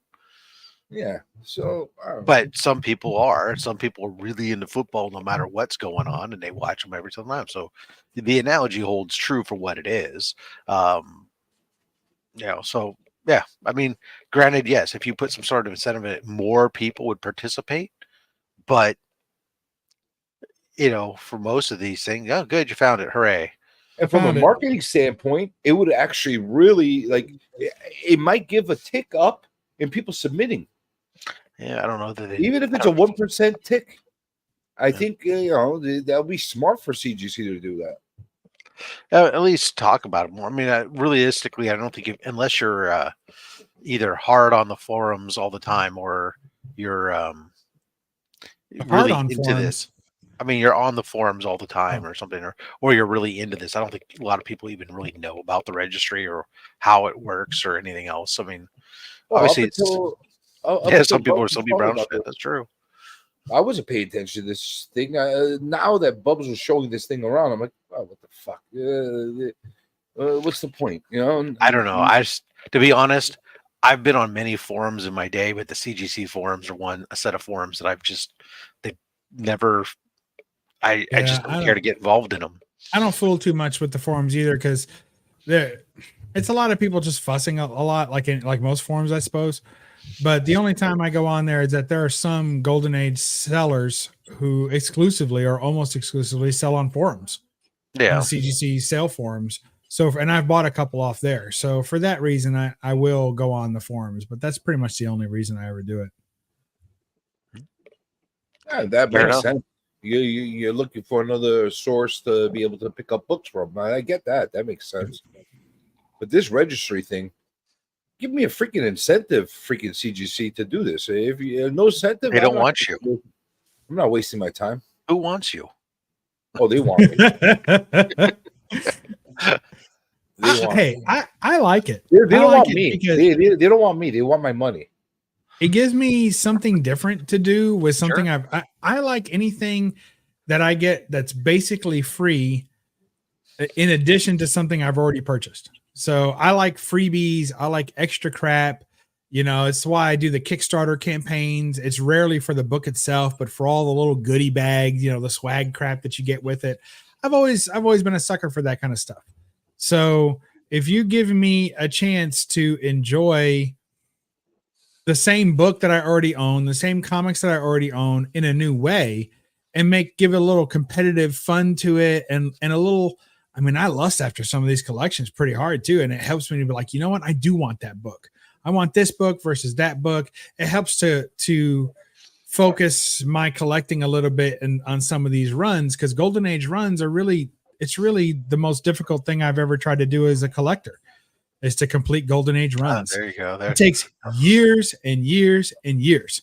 And then all of a sudden, it's going to be, oh, which one?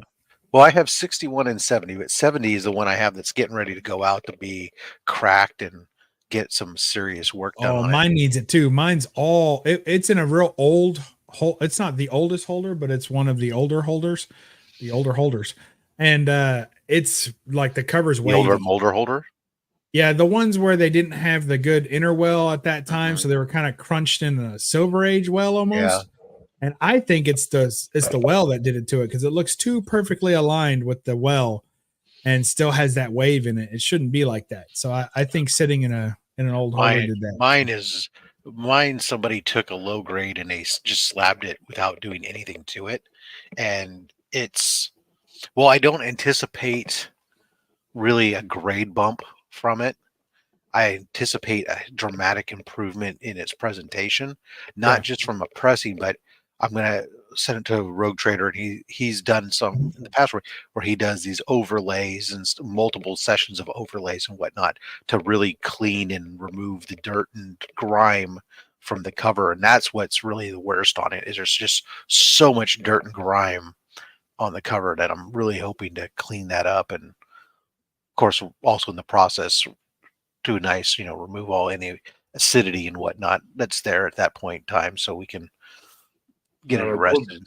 Golden Age stuff petrifies me to do any kind of significant. That's why I send it to a professional. I don't, especially when they're low grade. When they're low grade, look, I've sent stuff that's like barely, not in very good condition to Rogue Trader, and he's super careful and very good with the overlays and stuff where he can do them when he's not causing any damage to the covers that are barely hanging on or anything else like that, but just really getting that crap out of there, so make it the best looking book it can. I don't know. I've been hoarding a bunch of Golden Age books that are like, if I submit them, they'd be either the only ones or one of very few on the census that's most Golden Age books. Yeah, and that's the temptation. Like, that's my competitive spirit to be like, I have the only one. Fuck you all. I have the only one. Like, the thing is, when it comes to Golden Age books, there's a lot more collectors who keep them raw than grade them. Oh yeah, yeah. So you always have the problem where somebody's going to submit it right after you did, and then like, oh, now I'm not the only one. Now I got to find another only one. But whatever the case is, but I've been hoarding them, and I've been worried about actually submitting them so they don't fuck them up completely. And I'm like, I don't know, like, and they're not, I got like maybe a short box of them. That giant robot one, I love that one. Yeah, that's a good one. I've almost pulled the trigger on that book like multiple times, but every time every time I've gone to buy it, it's either been really, really rough or really, really overpriced. I've been following a lot of those Planet Comics right now on eBay, and it's funny how wide of a range they have as far as for the same grade that they're being offered for. It depends on Nobody knows how to value them. Well, No, they know how to value them. The problem No, is they they price them all over the freaking spectrum. yeah, because there's different. It depends upon who the cover artist is. Depends upon what the subject matter is. Depends upon sometimes what's inside of it that makes the difference. Some of them are more desirable than others. I know everybody's going after the Baker covers and stuff like that. They're like if it's a Baker cover, it's got a premium right over the top. But I'm talking about like an average Planet comic book.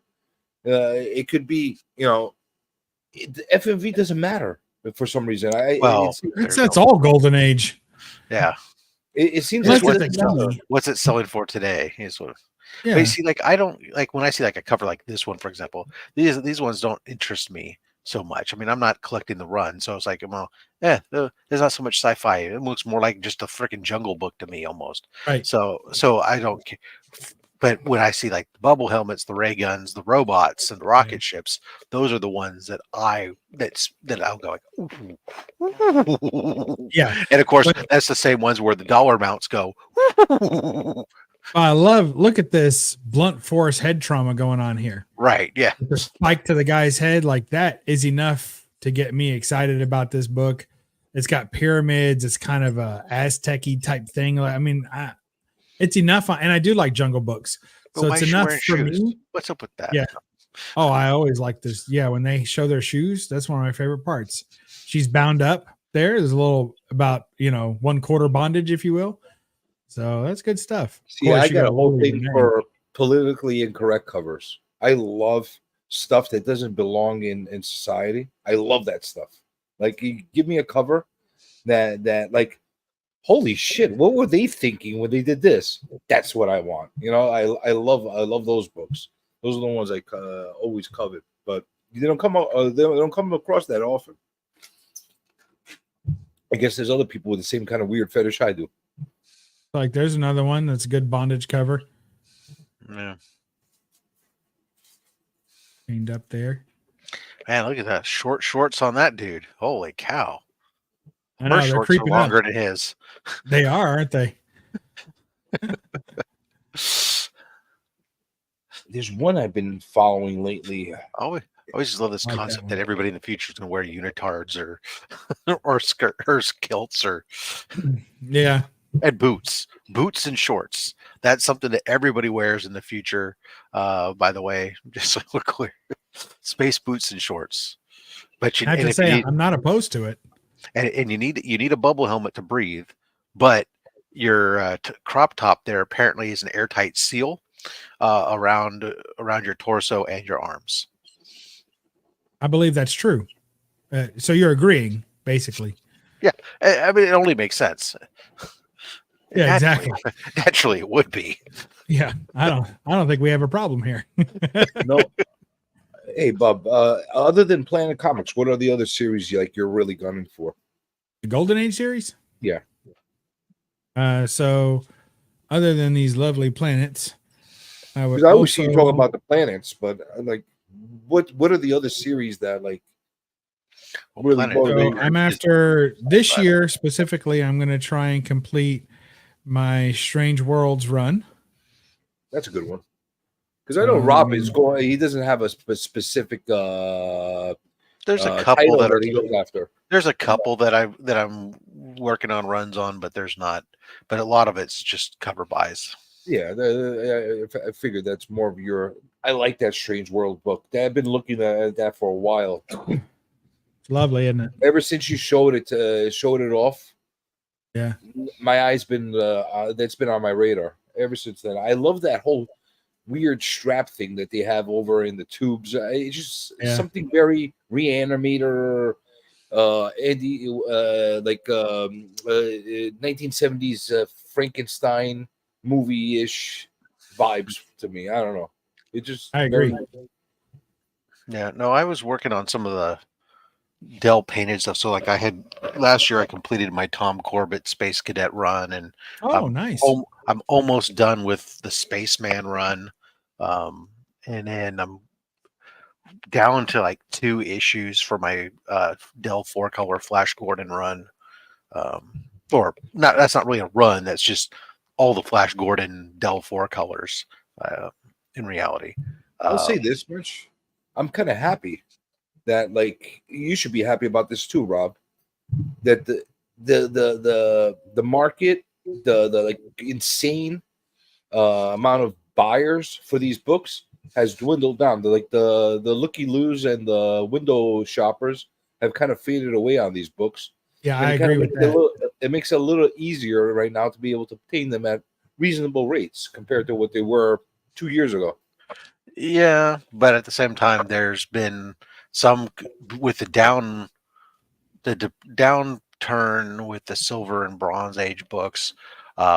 There's some people have been starting to look more and more at golden age, and so you are still seeing some increases there on some stuff. So and unfortunately, the problem with being a sci-fi atomic age, into all this stuff is this is a very popular Yeah. segment, and so it just depends what it's so easy to take one book that has nothing special in it, but just the cover has just the right subject matter, and all of a sudden that's a stupid expensive book, and you're like, God damn it.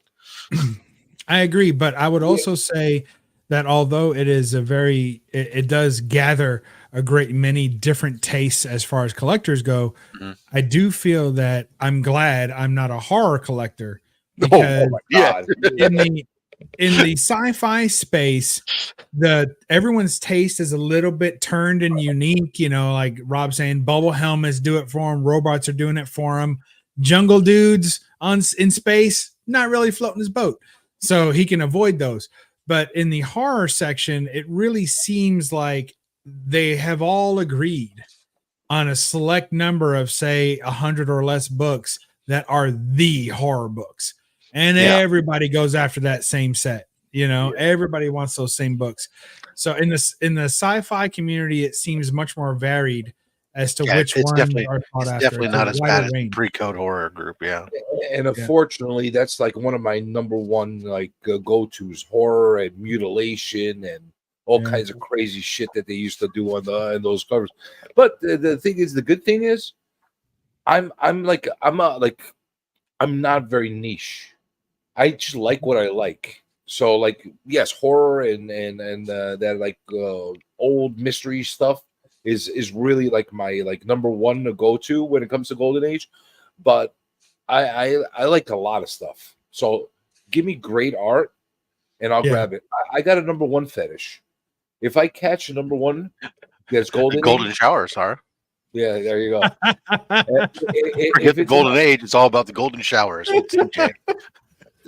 So you show me a number one, even if it's a ridiculous number one that I'm like what the fuck is this? I'm still gonna pick it up if it's golden age. Yeah, I understand that. As long as it's at a palatable price. You know what I'm saying? Like, how about a number one Out of This World? Oh, that's on my list.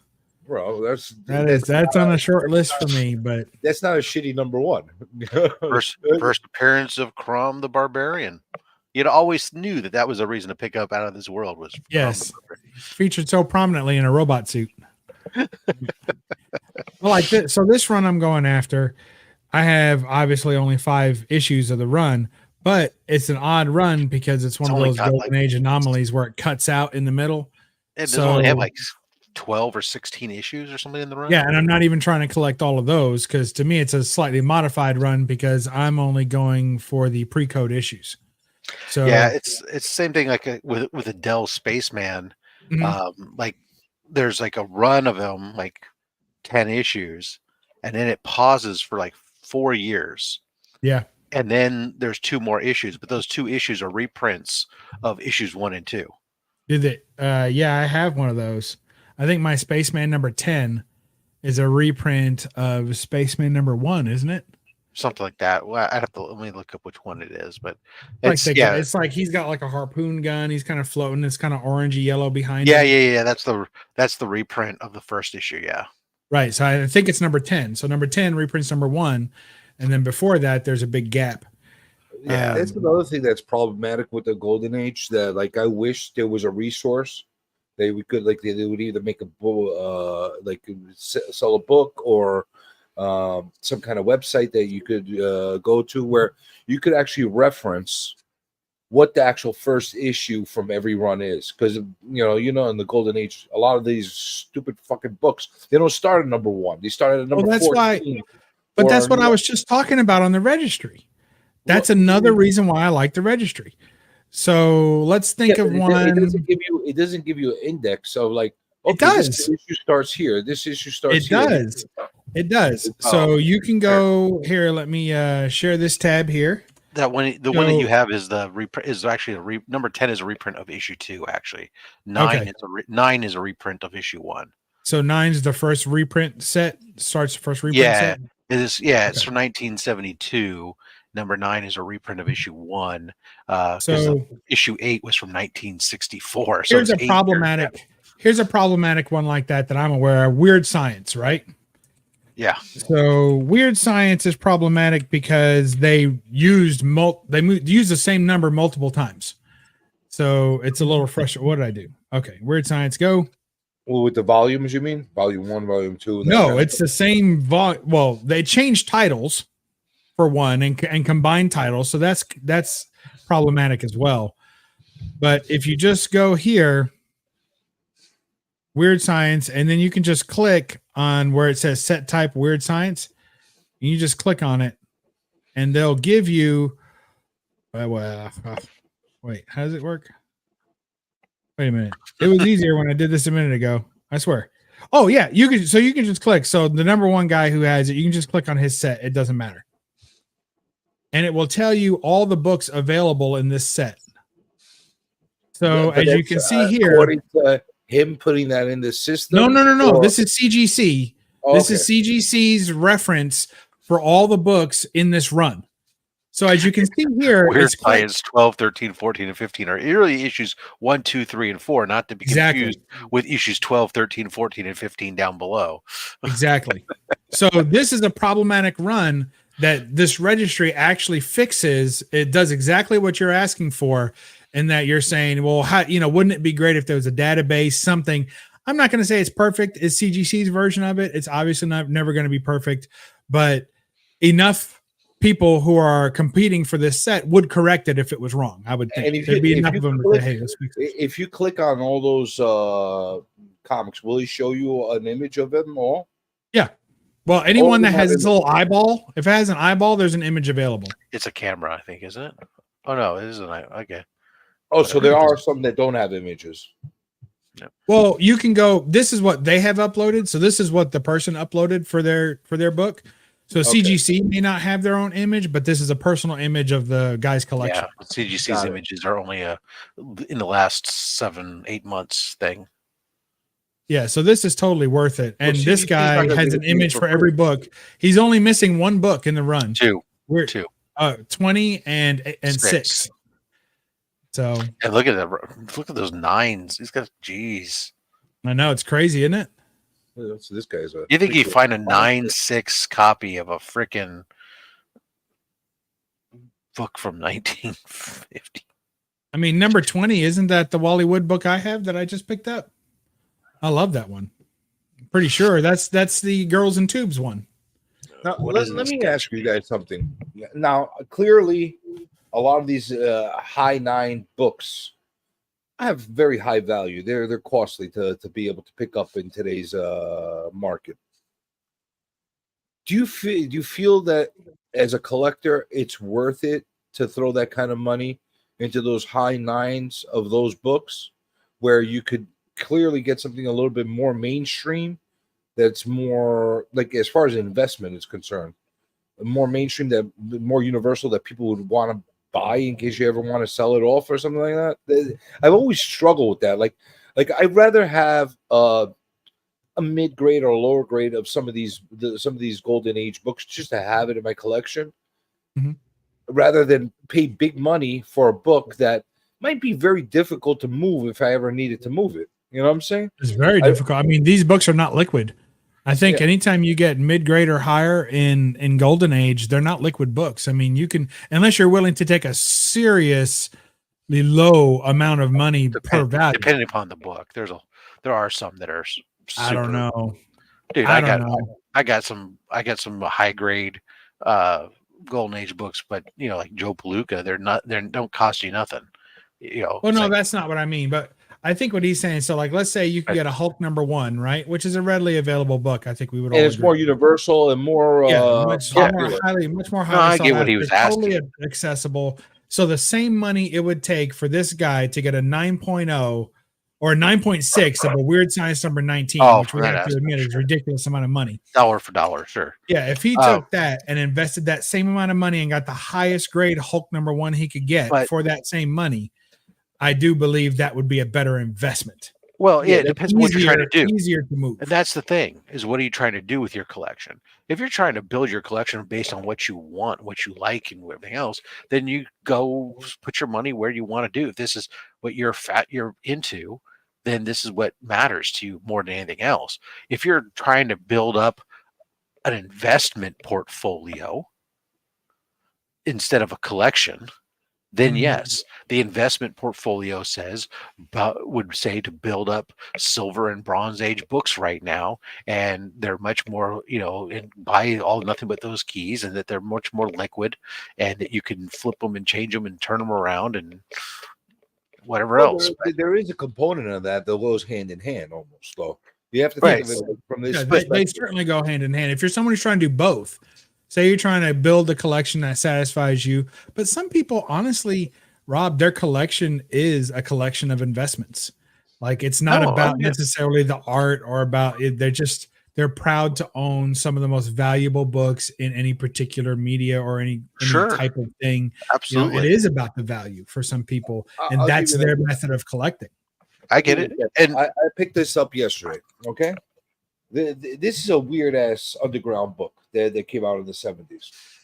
I bought it because I wanted it. What the hell are you doing? Oh, all right. Get you in there. Okay. So I bought this because I wanted it. Okay. Mm-hmm. It's very weird. It's like this.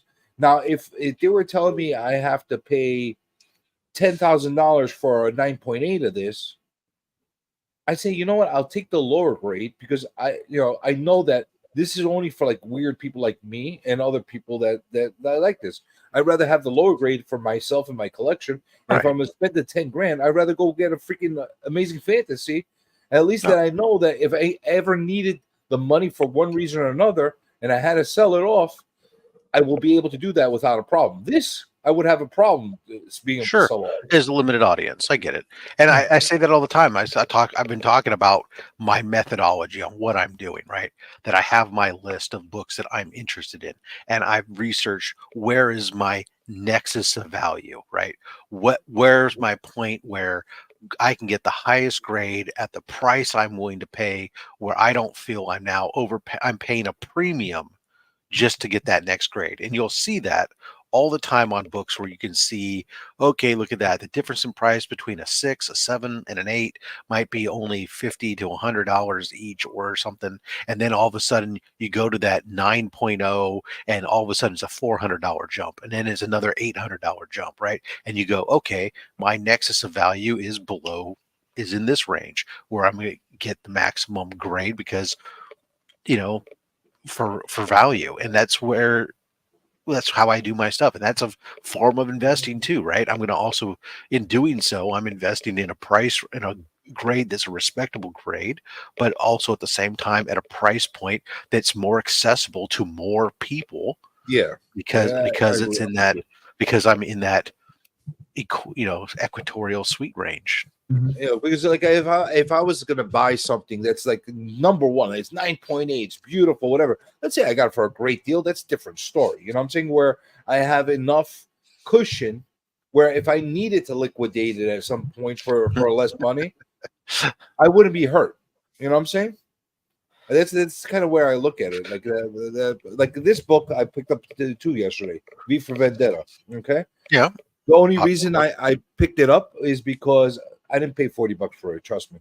I call it the reason I got it is because it looks like it's a really sharp copy, and it's probably a 9.8, 9.6 at the least. The way it looks. Is that the reprint? No, this is the first printing. So it's not first appearance of V for Vendetta. No, but it's a popular book. Okay. I like this book. So at this, I have like it. I a have one. 9.8 in a book like this is important for me because it is Yeah, a and modern not book. and not at a 9.8 on that's not on out of range or anything. It's a 200 Yeah. something dollar book right now, So like according to my list, because I do have it's it. not something I'll get stuck with. You know what I'm saying? If I ever want to get rid of it or my kids at it or they're like, what the fuck did dad leave us when he died?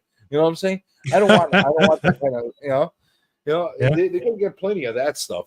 Trust me, they're gonna get plenty of the what the fuck kind of comics after I die. But at least I have stuff that's somewhat, like you said, liquid. B for Bubs. Unless it's stuff like I said, like I got it cheap. Like if I got it cheap, no problem. I Well, don't have a problem. It's with always that. buying My low is always. comics. Mhm.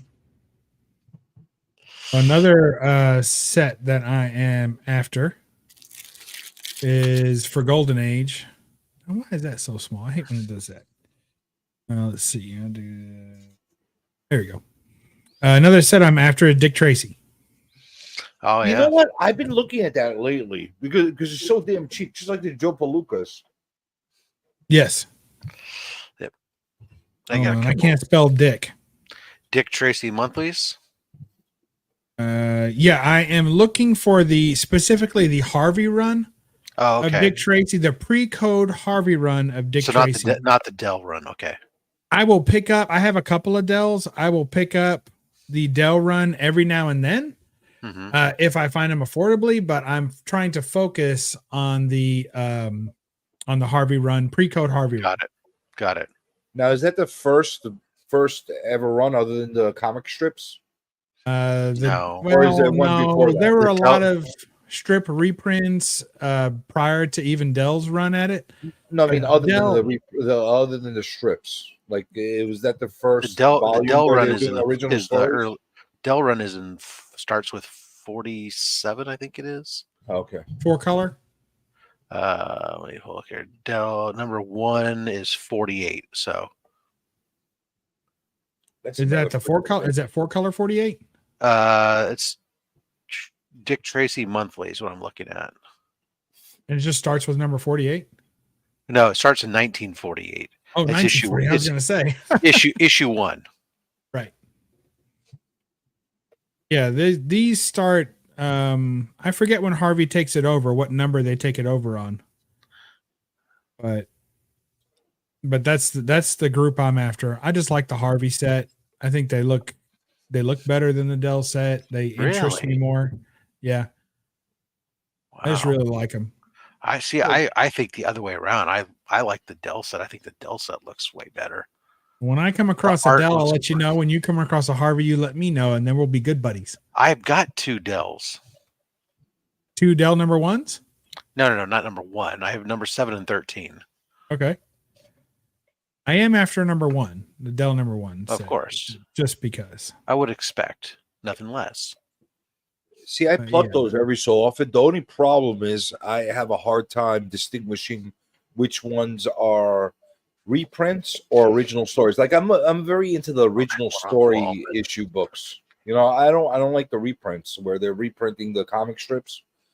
So another thing, I gotta research every time I bring up a book back. I research a million things, and nobody usually knows the answer to that. Look at G-Man asking the tough questions, putting us in the hot seat. There are people who know, and I've never been able to understand it.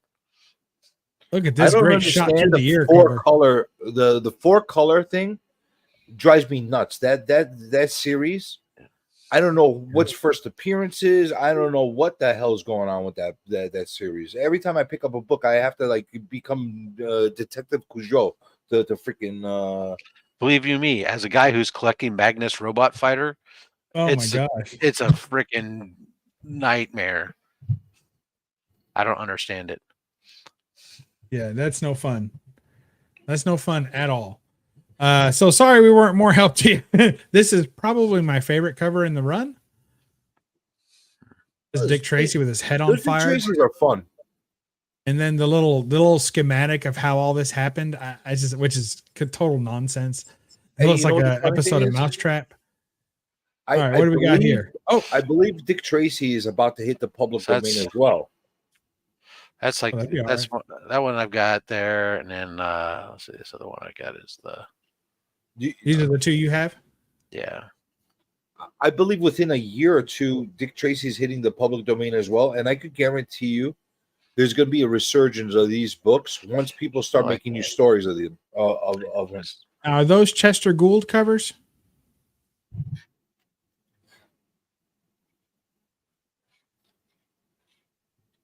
I have no idea.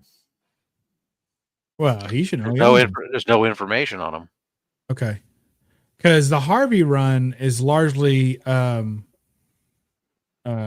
Simon. There's zero information on who's on the creators on this book. The Harvey run is almost all Joe Simon covers. And then it says it's Chester Gould. It has Chester Gould's writing on there, but it's not Chester Gould. I'd have to go dig them out and look at them.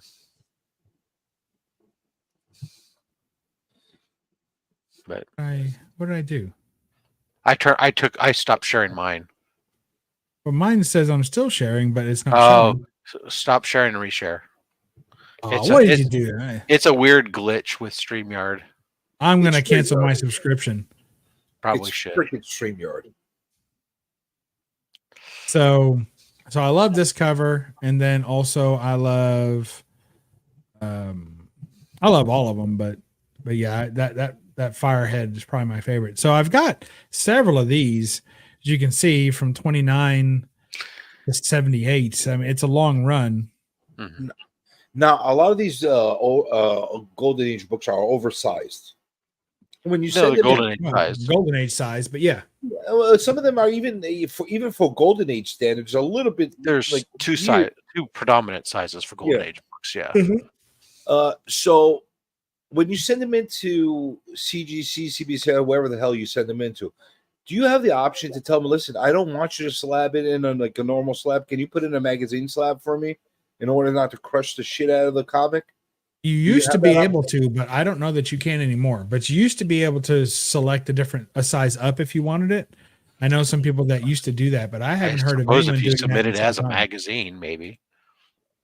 Because I've seen Yeah, tons I of them guess you'd have to change the tier, wouldn't you? squash the shit like inside the comics. CBCS was notorious for that for a while because CBCS only had the one size slab, but now that they have the larger slab, it may not be an issue.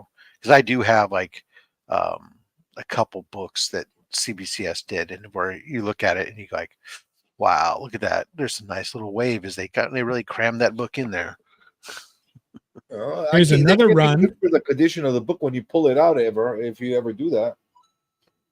Here's another run I'm after, which I would suspect is also. Now I wonder if that Dick Tracy. I bet that Dick Tracy run on. Let's take a look at that real quick, because I would all but bet you that Dick Tracy run on here includes the Dell run, wouldn't you say? Maybe. Tracy with an E or no? I don't know how they organize it. Man, that 4 gem works. What the hell? Yep. How much you want to bet that's a dealer who just puts them in every time he gets one graded and then sells it off? Possibly, it could just like Lee Enterprises and right. There's another thing I've been diving into too. Yep, starts at 4 color.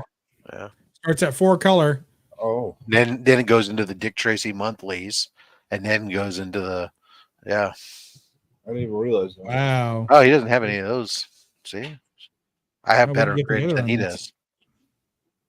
Yeah, So he's all only he- doing. look at the He's just doing grade, the 4 though. colors. He's He's got just a doing 4 9.2. I mean, 9.2 30,000 of his points are all in one book. Well, yeah. I mean, number 1 4 color. Jesus Christ. But there's also different ways to look at it. Like I am not as fixated on the points as much as I am the completion and the points. So I want to have a complete run with the most points I can get, right? As opposed to the most points I can get all coming out of 3 books. Yeah, You know? but still, look at that. That is that's insane. Yeah. So he only cared about the Dell.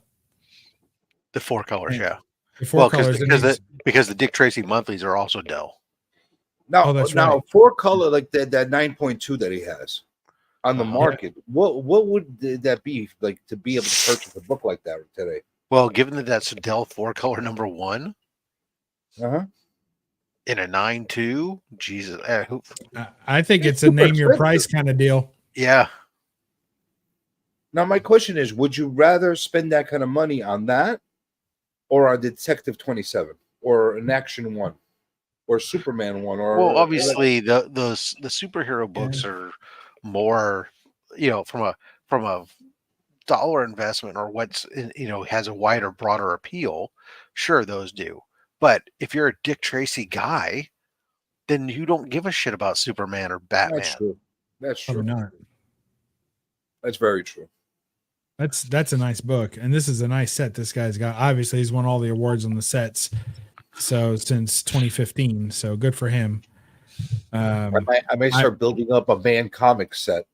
I might be. Look how far it too. drops from 35,000 in points down to 35, basically 100 in points.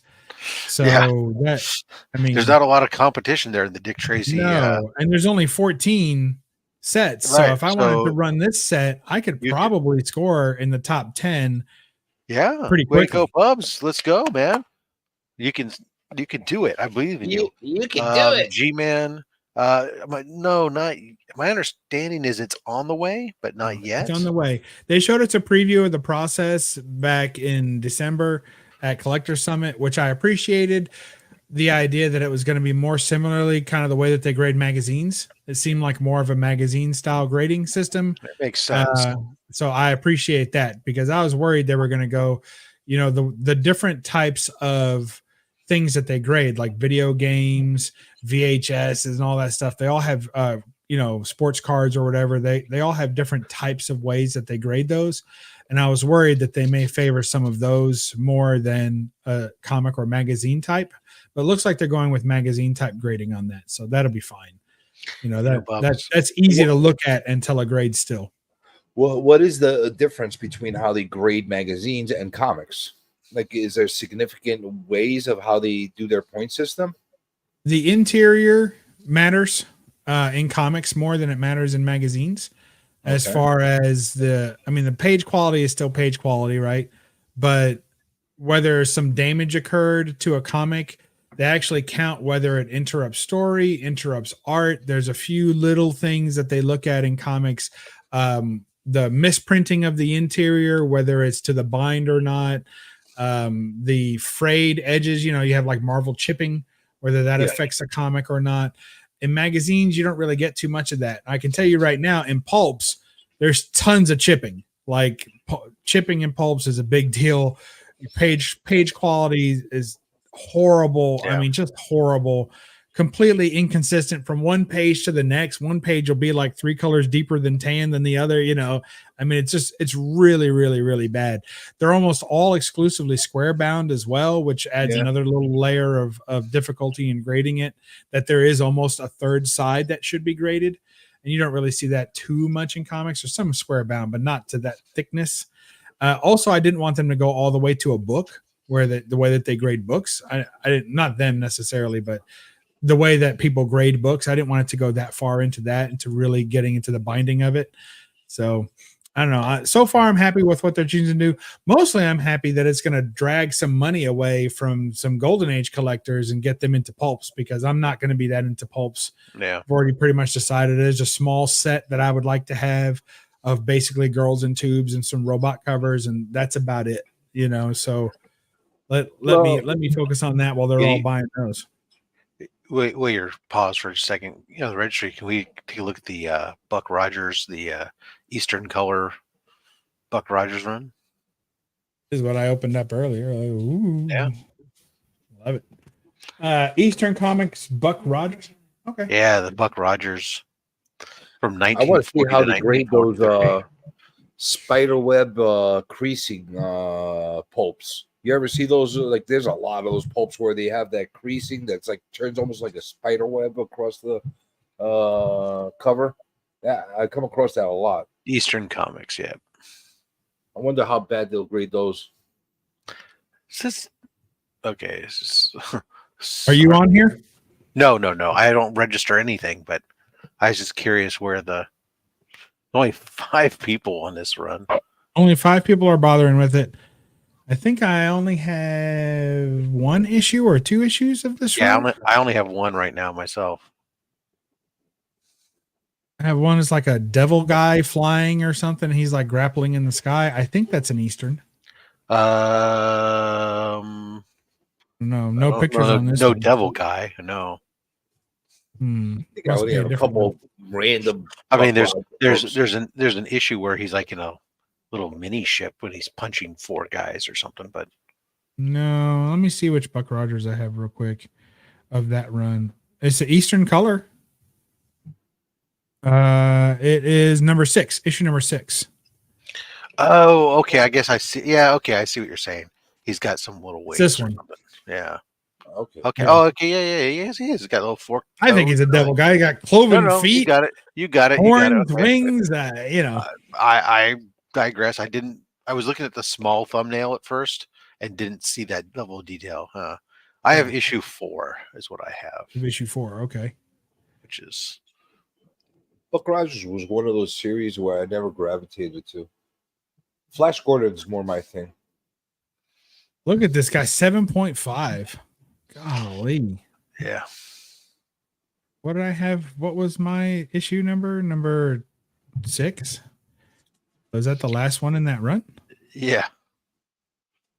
Wow, that's a short run. I didn't realize it was so small. He's got a Yeah. 6.0. Mine's like a 1.5 or something. It's Yeah. pretty rough. My issue, the issue I have is a 4.0 conserved. It's got some tear seals. But if we go down to the guy who's pulling up the rear here, number 5, he's only got 1 book graded in a 3.5. So hey, So I could register mine and I'd beat him right now. I guarantee you in the top 5. Only problem is my book's a CBCS book. Crack it. Crack and resubmit. And that's where, CJ's talking about it. Hey, it could encourage you if you had, oh man. All right. Talk amongst yourself. My parents are calling. If you had incentive, he's in trouble. He is definitely in trouble. That's the thing. I could get on the list, but damn it, it's a CBCS book. You know, the funny thing is with a lot of this stuff with CGC is, yeah, it's all a business, but at the same time, they're not taking a lot of the elements of the collecting and adding business elements to it when it comes to these registries and that kind of thing. Be smart. Get more business for yourself, but at the same time, make it something a little bit more intriguing and interesting for the common collector. Because this will, like, if they put incentives in these registries, they would probably get your more common collectors to get involved in it. Or me, I'm a little bit more uncommon as a collector. Maybe I had to be more motivated to sit there and start registering and inputting stuff in there, just from the winning aspect of it. You know what I'm saying? But to get pat on the back saying, "Hey, you got a badge." I don't give a fuck about the badge. Again, that's different strokes for different folks, right? I thought they send you awards. Yeah, who gives a shit about awards if they send it to you a higher point? Like, seriously, they're gonna send you a certificate or a trophy? Who gives a fuck? Huh? Certain people do. That's the thing. Again, it's I don't not. give a fuck. They didn't build this going, "Hey, guys, let's sit around a boardroom and say we need to know what do you think Comic Journey wants. Let's Maybe they build should. our entire program based around what Comic Journey wants." That's not what they did. You know what? If they decided to hire me as a consultant, gazillions. That's what they'll get. Maybe, or they might go bankrupt. It's hard to say which. Only one way to find out. You're listening, CGC? Only one way to find out. God. What is this? Oh. Are you sending books in these days, Rob? I have a batch in CGC right now, some modern books. Was it before or after the scandal? Again, now, so let's talk about that for a second. I don't care. You know why? It doesn't affect any book I send in. Well, I don't care either. That's why I'm asking. I mean, this what one person chose to do doesn't matter. I mean, there's always going to be somebody trying to play the game, so it doesn't change it. How CGC responds, sure, they're looking into it. They're going to do some stuff. Maybe they'll do some things. Cool. At the end of the day, it doesn't affect the books I send in. I'm not the guy who's buying stupid high-end versions of newsstand variants because I don't believe in their extra value, nor do I believe in the extra value of a Mark Jeweler. So I'm not that guy who's affected by any of that. Yeah. So I don't care. I'm not a chaser of those stupid books. The only book that actually is important to me, whether it's that it would have an issue, Maybe the Hope 181 value stamp. Well, yes, of course, but I'm talking about other than like the actual physical pages, as far as inserts are concerned, like the Mark Jewels and that, are the are the two tattoos. Like if you have one of those hobgoblins with the tattoos, yeah, those are that and the value stamps, yeah, sure. The value stamp though, it's harder to marry it correctly. Well, you just swap out the label on a book and have it reholdered. You had one that was a green label, and you swap out the label and have it reholdered. Then now all of a sudden it comes like that. Books now, yeah. Also, you got to cut out inside your book. So yeah, there's some of them that would matter, and you know what? Unless I have that list of numbers, I'm not going to be able to know. But I'm actually again, more. It doesn't affect a single book I send in. So. Because you know what you sent in. Because I'm sending it in, right? And I'm not trying to game, these are raw books that I'm sending in. So I don't understand when I hear people say things like, oh, this scandal has made me say I'm not going to send stuff to CGC. Why? Are you trying to scam the system and now you're going to get caught? Or what? Because if you're sending books in to have them graded, it doesn't matter. Do you think that suddenly overnight all the CGC fandom that has allowed them to blow past any issue they've ever had before and still stay on top is suddenly going to raise their pitchforks and say, no, we're no longer going to think that CGC is the most valuable grading company of them all, and suddenly everyone's going to go to PGX? No, it's not going to happen. So it's irrelevant. It's a blip in the market that's been overblown by a bunch of look at me YouTubers, as you like to say, who are trying to climb onto something, have made this within our small little pocket of the world a much bigger issue than it really is, when it should have just been a, hey, we found an issue that you should be aware of. Here's we actually have a list of some serial numbers on these books. If you're a collector and you're on these things, you should be aware of this. That should have been the end of this. It's almost on the same level as a recall. When you get a recall on a car or like on a product that's defective, or whatever the case is, that's almost how I look at it. My level of concern ended where after they put out the list, I wanted to see what was on that list. If CGC put out a list, they said they're investigating and that they're going to take action against the person and everything. Great, cool. You have done what was required. An issue was raised. You're taking what appears to be the proper responses to it. You're taking it seriously, and you're going to adapt your process based off of, after you do an investigation, they'll probably make some adaptation to their process in the game, whether that be serial numbers on the labels, whether it's sealing the labels in the bag, or whether it's, hey, we're no longer going to do a no grade reholder. And now if you send a book in for reholder, you'll get a discount, but we're going to regrade it. That's probably proper anyways, because books change based on, hey, I have it on my wall in direct sun for, a year or two. That book's maybe not be the same grade as what it was. I actually prefer that, because I would love to actually send in reholders in at a discount, but they regrade it. It gives me the opportunity to actually have it repressed before it gets Treat it just like they do the crossover grading, because they have a crossover grade where you can take a book that's a CBCS or a PGX, send it to them in that holder. They will crack it and do it, and you get a discount rate because now you're switching a book over to them. We'll do that with the reholder. Problem solved. Can you put that?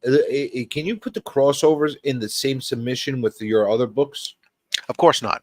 Every tier. I mean, you could put them in the same box, but it's a separate submission form because that's another $5 and ship it in a different box. Well, you could put it in the same box. No, but they're going to ship it back in a different box. Oh, yes. Separately. Correct, because it's a separate submission. Yes.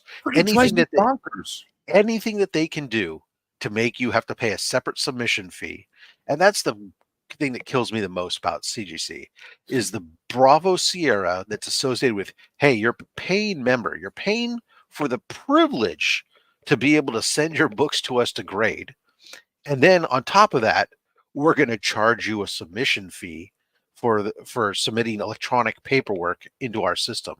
It should be either maybe only charge you if you're doing paper, and instead of electronic, because okay, yeah, there's work involved with having to do data entry, or it should be non-paying members.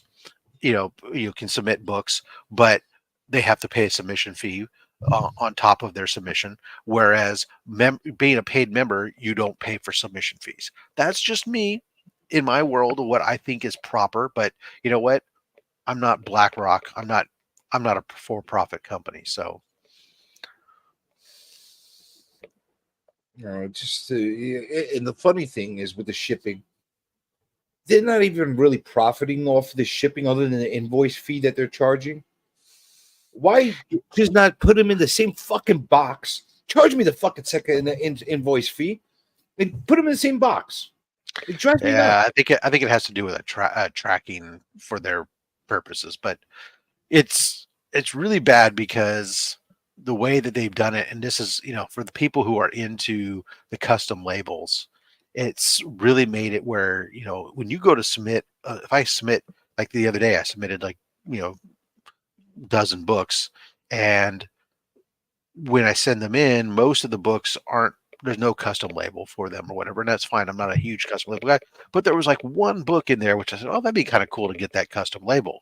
But if I do that spins that one book off into a separate submission from the rest of the thing. Even for the custom labels, even the same tier? If you have all modern tier and you only put a custom label on some of the books, those books that have the custom label will become a separate submission, and they'll get a separate shipping fee, separate submission fees. I'm glad that you just brought that up, because I actually I'm putting it together a set to send in. And there's a couple that I wanted to put the custom labels in. Now, fuck them. I'm not even going to put the custom label on. Yeah, you have to send.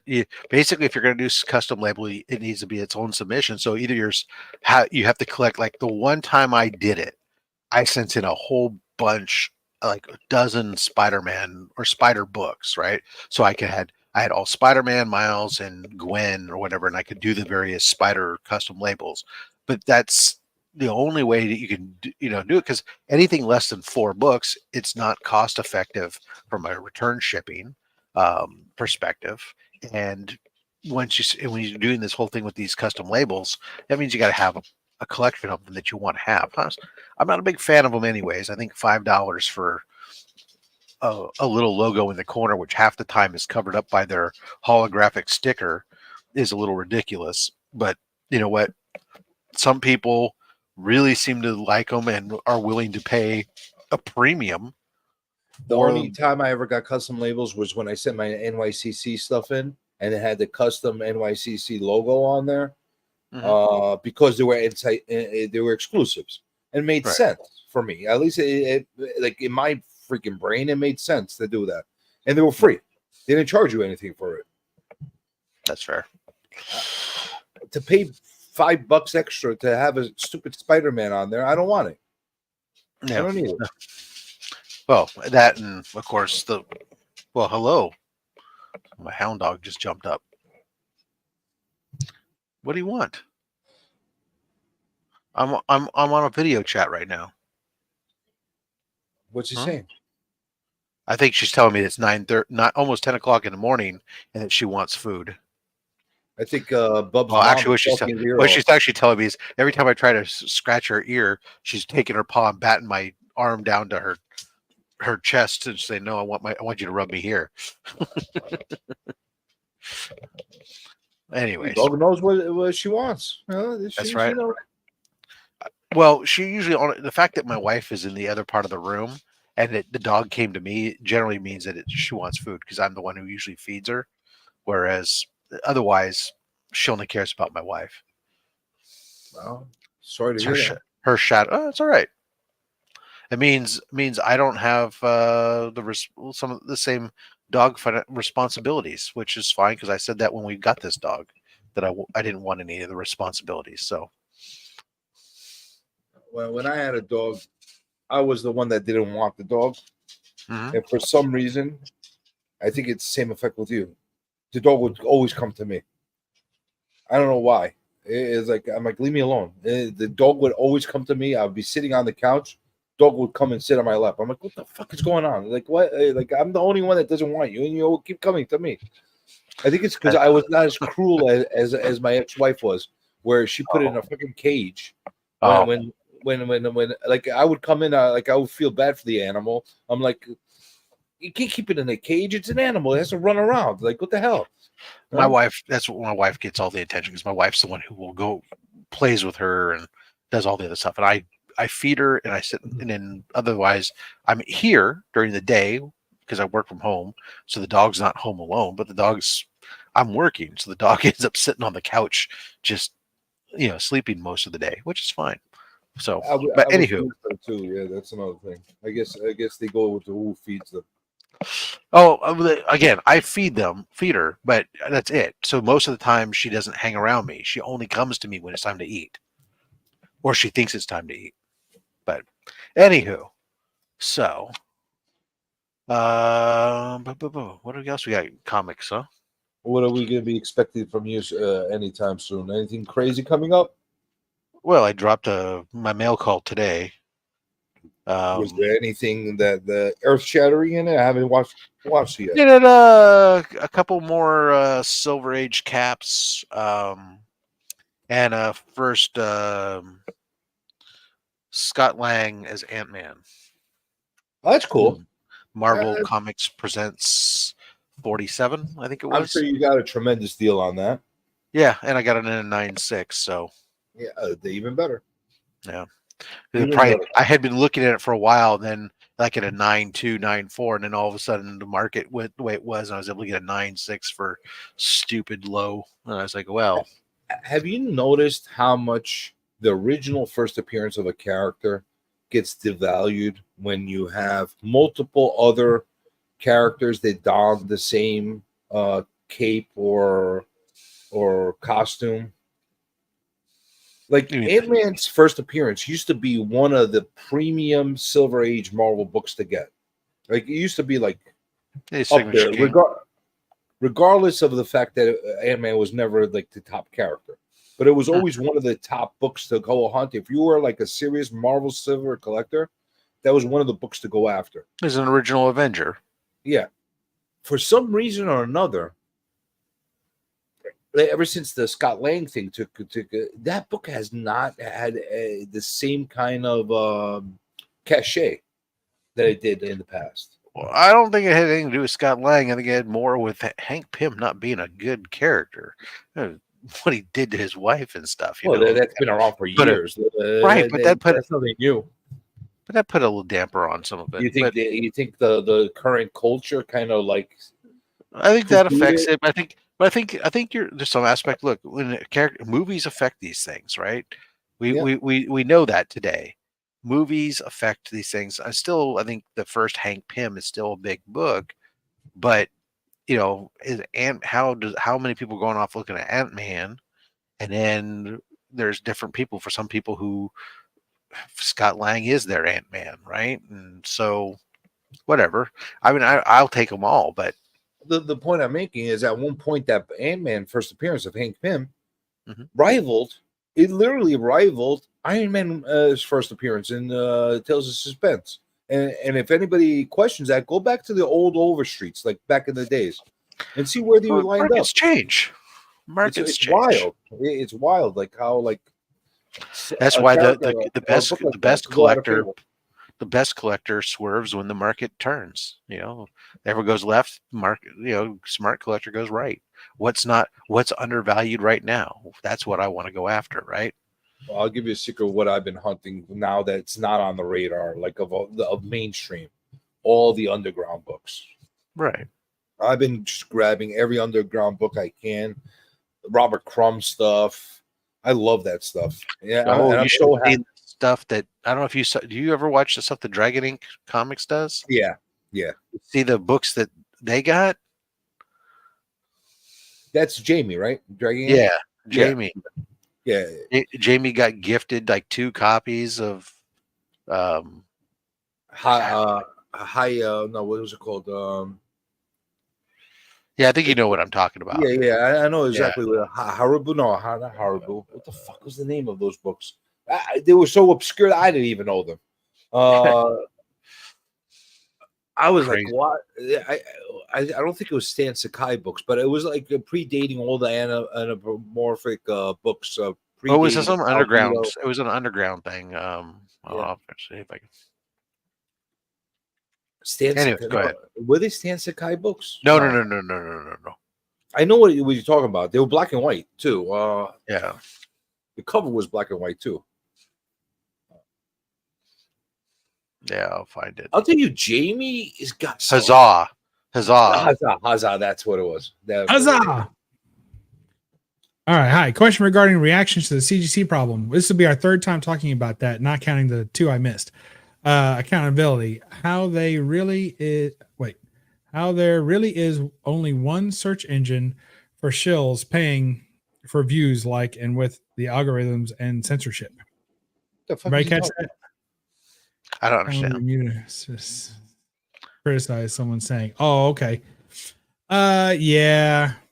I know on the forums that they've been doing a little bit of that, and I know that on Instagram they've been deleting comments if people are getting a little too insistent that there's inside jobs going on, or if you say anything conspiracy theory-ish, if you will, then yes, I think they are deleting comments, especially on Instagram and social media. So, I'm going to but tell on you your own something. page, you can say whatever you want, right? I'm going to say something. I think it's really obvious for everybody, but sometimes you need to get hit over the head. No matter what system they come up with, no matter how bulletproof it is, I guarantee you there's going to be somebody knowing how to game it. There's always going to be somebody how to game it. In the current CGC, CBCS, all these systems, there are so many. Like if you open your eyes, there are so many blatant ways of how to work the system. I don't know why people get like shocked when something happens. I'm a little surprised at the shock as well. The shock and outrage is a bit much for me, and that's why I say it's more of people just trying to say use something. I mean, look how many people all had to put out every other day, put out videos of their take and updates, and when you even looked at any of them, it was retelling somebody else's story of somebody else telling a story from the original article or something, right? And it's like, okay, this is you're really just trying to say, hey, look at me. It's why I avoided talking about it at all on my channel whatsoever. Or any posts is like, I don't. It's ridiculous. Enough people making a bigger mountain out of this molehill than it really is. But if anybody puts their faith blindly in a corporation, then that's your risk, right? Granted, the whole theory was that they're guaranteeing, and that's why CGC even cares about this thing, is because they guarantee these books in their name, and that's the only reason they care. But I think part of it is also the protection of someone's collection and the value that they believe that they've built into that collection by selecting a specific grading company over another. I think that is something that, I don't know, the old term used to be CGC apologist. right? There were CGC apologists out there. And so it's not necessarily CGC doesn't have to do their own press on that. They don't have to force the issue themselves. They can let all the people that have already spent thousands and thousands of dollars on that product do that for them, because they're doing their own level of damage control just to make sure that the books they have for sale on eBay don't drop in perceived value. So there's always some kind of incentive that people have for saying whatever they say. You know what I'm saying? There's very few people that are rah just be rah kind of people. You know what I'm saying? There's always some reason why they're like protecting the money they spent. So that makes sense. I mean, 350. So 350 books, or give or take, list comes out. I would say that's 10%. If you found it, that's 10%. I mean, first of all, it didn't take a genius. It's a drop in them. I would say at the most it's 10%. So there's 3,500 books of those books minimum. Even, I mean, come on, 350 books is a drop in the ocean. I know. So I would say that when you look at it overall, this guy was no genius. This guy probably wasn't doing it only himself. How many times did somebody say, "Whoa, how'd you afford that new whatever?" And he's like, "Oh, I'm running this little thing on comics." All right, you get a couple of drinks in him. He's like, "Hey, look what I've been doing." I mean, come on. I mean, give me a break. It's one guy got caught because he was a little bit greedy and sloppy, and there's probably 90% of the people doing this have not been caught.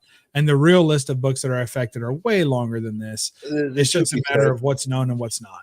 350 people are saying it's really like 3,000. I wouldn't be shocked if it was 35,000 books that are affected, and it sounds like a lot. But I'm sure that there's a lot of books that are out there that could be affected. But here's the thing: out of those 350, here's the thing that's fucked up. Out of those 350, I could guarantee you all 350 of those books are not tampered with. They grabbed everything that they could that could have a potential issue out of his collection that he submitted. Because this guy submitted way more than 350 books. I can guarantee you that. They pulled out the ones that have a potential problem, maybe a coupon issue, maybe a missing insert, whatever the hell it is. You know what I'm saying? Or it just looks funky. I guarantee you, when they open up those books, I wouldn't be surprised if maybe 150 of them have not been tampered with, but because he was mixing them in, it looks like he was mixing them in. I think the idea would be that you could also submit books, and this is just my criminal mind, right? For what it's worth, all theory, no practice. But to me, is you would just find any book that had a big enough gap between the 9.8 and say the 9.4 or the 9.2, and then you swap those two books. And that's just recreating. You're just resending it in for reholder, and I think that would be easy enough. It's only the reholder. So the question is at what point? My question really more for CGC on some of that is, where's your red flag when you see so many damn reholders coming in, right? I agree. But go back. Sequential Geek said some people put faith in corpse because it's all we got. Well, my statement was meant. Because you're right, everything's a corporation. It's America. It's but my statement was meant more towards you have to, as a collector, you can't put blind faith in something, right? When I'm buying a big book or whatever it is, just because somebody's represented something, I'm still doing my own inspection, right? I'm doing my due diligence on it. Learn to grade. Rob knows how to grade. That's all I'm saying. TJ knows how to grade. I know how to grade. We may not all agree on our grades, but for our collection, I can look at my books and grade my books. I may not get everyone to agree on them, a third party even. I get it close. I send it in. I get mad when it comes back a certain grade or something because I think they're wrong and I'm right. But when it comes down to it, we all have a method of grading our own books. And if you can't do that, and you're accepting the grade of a seller and the grade of a third party, it's really only two parties because you don't have a grade to offer. That's a problem. You need to learn how to grade. Everybody learn how to grade books, and you don't have to have as much faith in someone. You just have to find someone that agrees with you, a third party that agrees with your evaluation of it. And another thing is, if you got a 9.8 that clearly has a book that has been swapped in there, and it's like a 9.0 or 9.2, you could tell that's a 9.2. In a 9.8 grade in a slab, you could tell Like it's not like a defect that would You drop it should. down that much is visible. It's not like it's like an invisible defect. Then a 9.6. Well, Okay, I will maybe. say, having said that, CJ, I have gotten 9.8s on books I've submitted to CGC that to me didn't look like they had any right to be a 9.8. I'm also concerned about that. I'll tell you why. Like that's one of my concerns that nobody talks about a lot. From my understanding is CGC once it gets past the grading, they put it in some kind of like system. It's not like a physical person that's sitting and slabbing it and putting in the well. It's like a machine or something that they put it into to do all that for. Okay. I've seen a lot of books that come back from people that have 9.8s on there that clearly don't have a 9.8. I'm thinking there's got to be some kind of glitch with that machine that's swapping people's books by accident, where you have a guy that supposedly got a 9.2 on their book and a guy that got a 9.8, same identical books, like as far as the make and the year and all that stuff is concerned, and the wrong label went on the wrong book. It did, but that's not an automated thing. I mean, that's still going to be human error more than Do you not. think that's human error, or is it just the Absolutely. machine that's like fucking up? No, it's human error. I mean, the machine is no different than a factory. It's still somebody inputting that, processing it. It's not like it's running on some sort of conveyor belt or something like that. So I'm personally thinking that like Rob's book that looks like it has like a ton of defects. Look at Azkaban, though. All his books are near mint. You don't have to worry about it. He already knows. All his books are near mint. Just that's his grade system. Good for you. All my books are gem mint. What are you talking about? I'm just thinking that like in situations like that, you might have a guy that has a 9.2 label on his book that potentially is not a 9.2, it's a 9.8 that got swapped by accident as far as with somebody else's book. Wow. I have a feeling that stuff like that has been happening. I don't know what their process is. They're somewhat guarded on their process, but all I know is there was one that was so bad at one point. I did a video on it where I took a bunch of pictures. And I circled like there were so many defects that this book should not have been. I wasn't expecting it to be a 9.8, and it shouldn't have been a 9.8. And when it came back at 9, actually, I think you know what? I didn't submit it. Actually, it was a I remember now. It was a pre-order 9.8.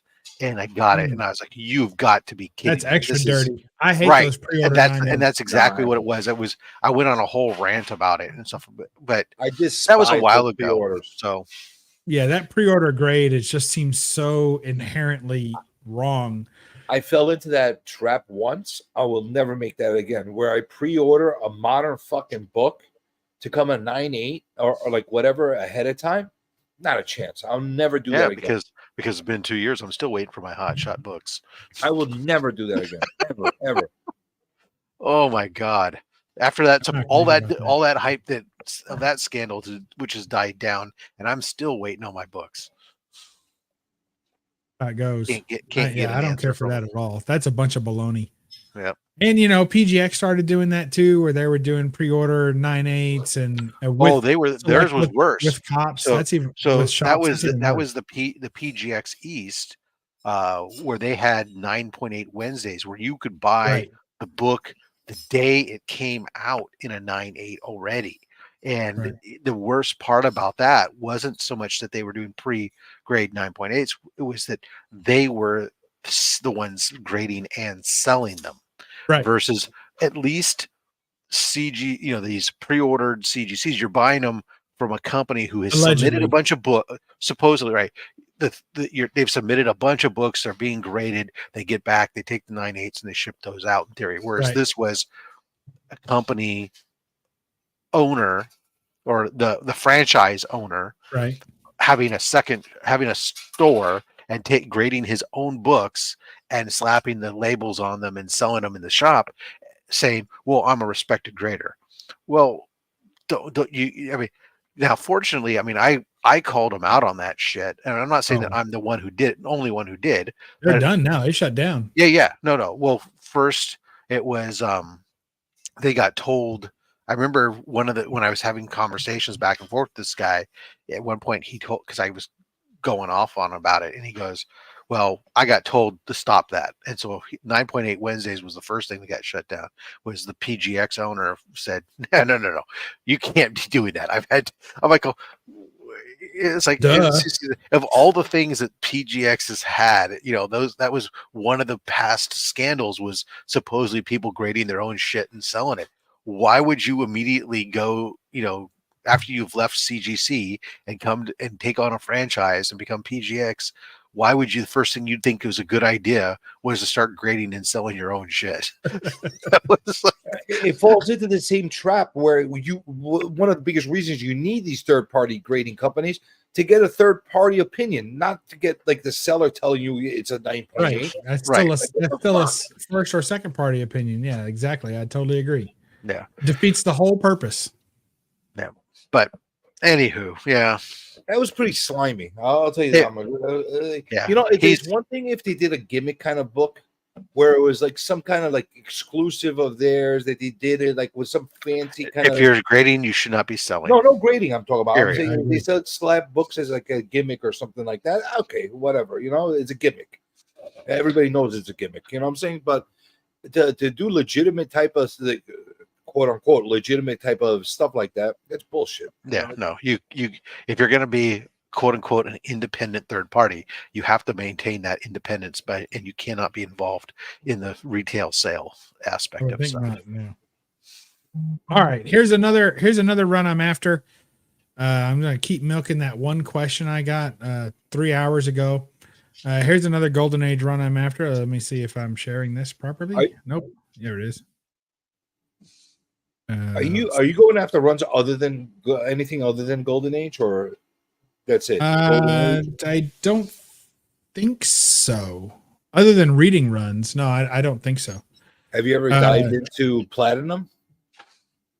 Well, I mean, look, I'm talking to I think Rob, aren't you a fan of the Atomic Age moniker? Yes.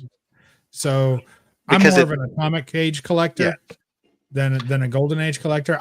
I prefer, honestly, code and pre-code. To me, there's no other. I don't care anything about the rest of it. There's pre-code, there's post-code, and to me, everything post-code is modern, and everything pre-code is golden.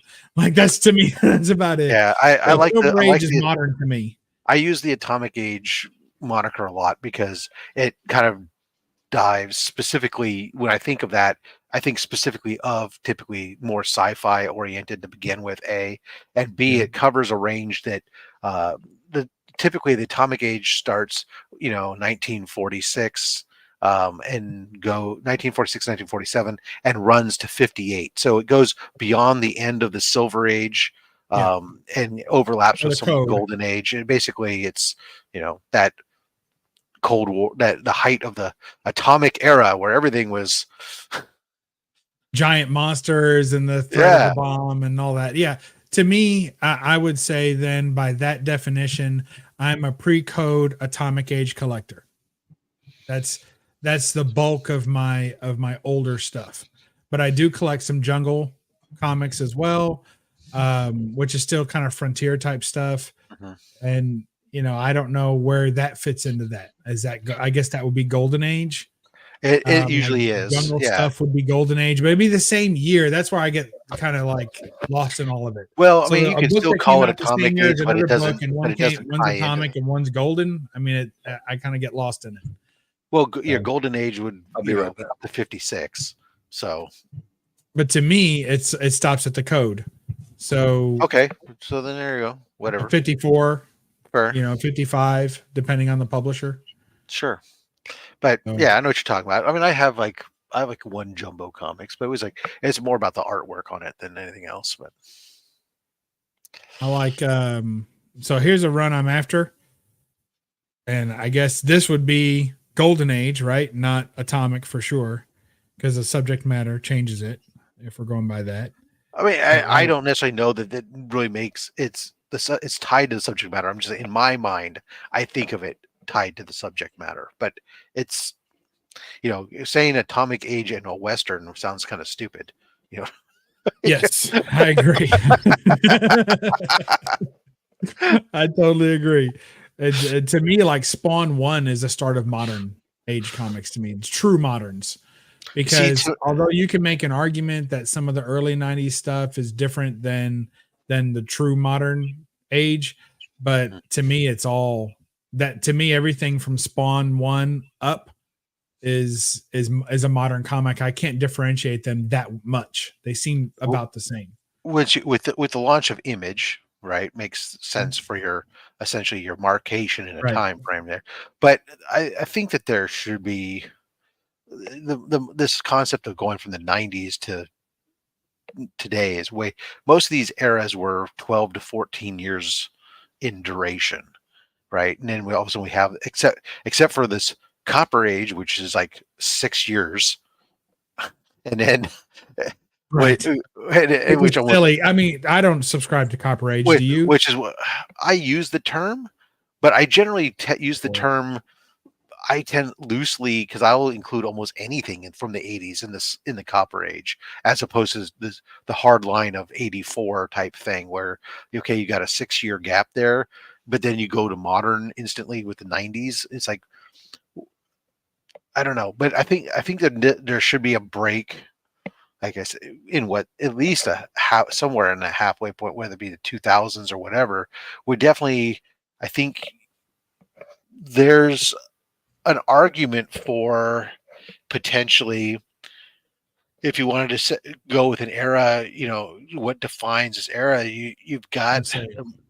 Don't say MCU or the movie era and all that. Well, I mean, obviously that pushes some of the stuff, but it's not actually. I think it's more of the increased amount of diversity that is that's prevalent. The woke era? That's what you want, the woke era? I don't want to call it that. No, but that's what you're saying. But I think it does. Here on Bub's Comics, we call a spade, and I'm saying that's the woke era. But I think in the last 20 years, if there has been a vast explosion in mainstream. I mean, before you had the occasional, right? Well, the 70s, obviously, we had a significant number of add-on African American heroes, but they were still kind of very not mainstream. They were kind of like these side characters within the realm. I mean, Black Panther was maybe the most mainstream of them, and then later on, John Stewart's Green Lantern.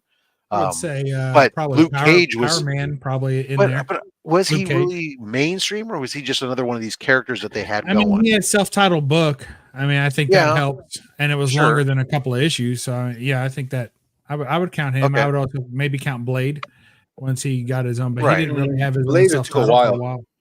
It took a while. Yeah, I don't know.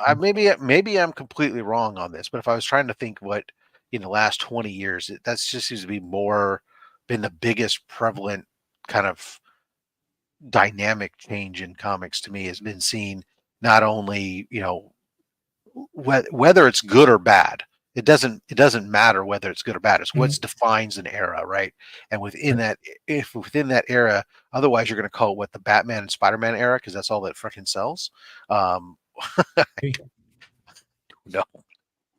All right, so here's what I'm going after. Super Duck. Wow. There's another Golden Age collection. Not to be confused with Super Chicken. No, not to be confused with Super Chicken. Super Chicken, totally different taste. Far better. Different sauces with this as well. Yeah, because you knew the job was dangerous when you took it, Fred. Right. Look at this. Super Duck, the cockeyed wonder. So for this one, I love that title. Picked this one up at Collector Summit for what I considered to be a fair price, at least. Worked out a deal with a buddy and got this book home. Very pleased to have it. Super hard book to get, and had been working on the rest of the run and felt like this book might be getting out of reach, but it's of course you got Tojo and Hitler cover on there, so it's going to be tough to get. And it's I think the only Golden Age, if you will, appearance or pre-code appearance of Super Duck in his Super Duck costume. So the rest of the time he's just a hard luck duck, if you will. But here he is actually a superhero and a super duck. So it gets a lot of attention for that, and it gets pricey. See, those are the kind of books that catch my attention. Like I see stuff like that, I have to pick it up. Yeah. Oh, I love it. So and I've got a bunch of these, issues. going forward. And they're just comedy issues, a lot of stuff that normally, the thing is, you read it once and you give a little chuckle, but the interiors are just, comic strip type stuff, little short stories, goofiness. But the covers are fun, and I really like, back in the time when the cover told its own story of these types of funny animal books. They had their own little gags in each cover. So that was fun. There's an insurance one I had hanging in my office for a long time. I like the innuendos a lot of them have on the covers and the captions. Yeah, it's fun. And here's a chicken one for you. All new stories, it says too. And these are Archie books, Archie comics, and I think he did have a revival later. Here's the insurance one I had hanging in my office for a long time. How is it Disney didn't sue the fuck out of them? They're too busy arguing with what was that other Howard the Duck? Too busy fighting Howard the Duck on this one. That was way later though. Yeah, it was. Well, this is too early for all those lawsuits, I'd say. There's a lot of copycatting going on back then. Oh shit! Hold on. This one goes back to 56. So you're gonna see what's gonna happen within the next 5 years with all these public domain books that are gonna be all of a sudden be available for public use. I think it'll be good. I got no problem with it. More people can argue. Super Duck, nice. Yes, I assume that's for Super Duck. He's talking to Gray Man about woke stuff, and I think there was a lot of woke stuff back, definitely in the 70s. And there's always been a lot of, basically, I think the big thing was comics has always been something. Was it woke or recognition of the fact that there's more than one shade of humanity? Right. And it leans into the counterculture. It really does. The majority of people don't read comics. It's always going to be a minority group that's reading comics. And also it's, now that we have this great community, maybe it's a more social thing. But back in the day, it was a largely unsocial event. I mean, you were sitting in a spot by yourself, or the kids that were reading comics were the ones that weren't playing in group sports or weren't in group activities. They were sitting somewhere reading on their own. And then maybe they had other friends that collected comics. And so there was a little bit of social aspect there, but it was still a small group. Like when I remember collecting comics and trading cards and things and trading with friends, there were like 4 of us in the whole grade. And in my whole grade at school, there was like 4 of us that were into that. And then when you go to like, well, yeah, okay, well, who was playing basketball? Well, there were like 20 or 30 of us doing that, so it was a larger group. And I think that comics have always been a little bit of a counterculture, a minority type thing. And so now the new counterculture and the new minority type thing is different than what it was before. So at every time that it changes, that group doesn't necessarily get along with the new minority group or the new counterculture group. They really only like their original one. So you know what? But think about it. It's different, but the same. I think the biggest difference that we have right now is there's a lot of platforms and social media that gives ability to people to be more vocal and possibly be seen about things. There's always been a push to try to get things from comics mainstream, whether it's the death of Superman, whether it's trying to make Liefeld a pop culture character, putting him on Levi's commercials, whether it's whether it's Alpha Flight 106 making a big deal about North Star going gay, or whatever the case is. You know what I'm saying? There was always a push. There was always a push for something, whether it caught on or it didn't catch on. That was up to the public to decide at that point. Now, though, when you got social media, you have people that, even if it's not the flavor of the month, you got people that are constantly giving reminders of it. So it's changing the way things stay in the history and in the mindset or in the memories of people. There's a lot of like documented proof and like stuff like that people are trying to like keep pushing along. Let me ask this question. Tied to this is how much of it do you think could be just simply tied to the fact that who's collecting today, right? The bulk of the collector base. We're an aging group. We're now, some of us are getting 50s, 60s, we're getting to those ages where we always complain about people get stuck. As you get older, you get more stuck in your ways of certain things, and that's not the way it was in my day. And you somehow think like that your day was the best, and that there shouldn't be anything that's different. So how much of the quote unquote outrage and everything else do you think maybe potentially tied to the fact of an aging demographic that is more set in their way and less accommodating to change because they Most of think it. their way was best, Oh, I think most of it is there's a attributed to huge that. component of that. I mean, and honestly, don't recognize the fact that there was plenty of change in their day as well. Well, there's I a think lot of, that's like, something get that, off hold my on. I lawn. think to that, I think Sequential Geek is saying something that's very similar to what you're saying, only from a different kind of perspective. You're looking at it more, inclusively. But I think what Sequential Geek is saying here is that there's a hatred for something else that's a component to the modern part that didn't seem to be there before. And I have to agree with that, because it's one thing for, as a group, as an aging group, to say, hey, I don't like what they're doing with my characters. I don't like this. I don't like that. I don't like the new stuff that's out. I like the old stuff. I think that's fairly natural for everyone to go through that at some point whenever it's a nostalgic based hobby. However, But that was whenever always, something new comes out and says, hey, the old stuff is bad, only the new stuff is good, and if you're someone who likes the old stuff, there's something wrong with you and we don't want you around. Sure. I think that component is fairly new and is a little bit more, it puts the average collector now on the defensive. It puts the older collector on the defensive as well. I agree with that, but also I'm sorry, CJ. The other thing I think that the element where I think is I argue my own question, right, is the difference being, I think a lot of it is how you go about doing some of this stuff, right? Obviously, for the most part, especially in the 70s, we introduced new characters. Mhm. We didn't, with the exception of, as I'm looking at my wall behind me, Jon Stewart was the only one who really took over a mantle, but that was a mantle that's been taken over multiple times. That was just, and there's all kinds of Green Lanterns, right? Right. Well, Whereas, even the original character is taking over a mantle of a character right, that we didn't know much about right, until then. exactly. Yeah. And there were lots of them. It was just, you're just a Green Lantern. Whereas, this concept of introducing, they were new. Luke Cage was a new character. Black Lightning was a new character. Black Panther's a new character. These are new characters of their own, as opposed to taking over a mantle or replacing an existing character necessarily.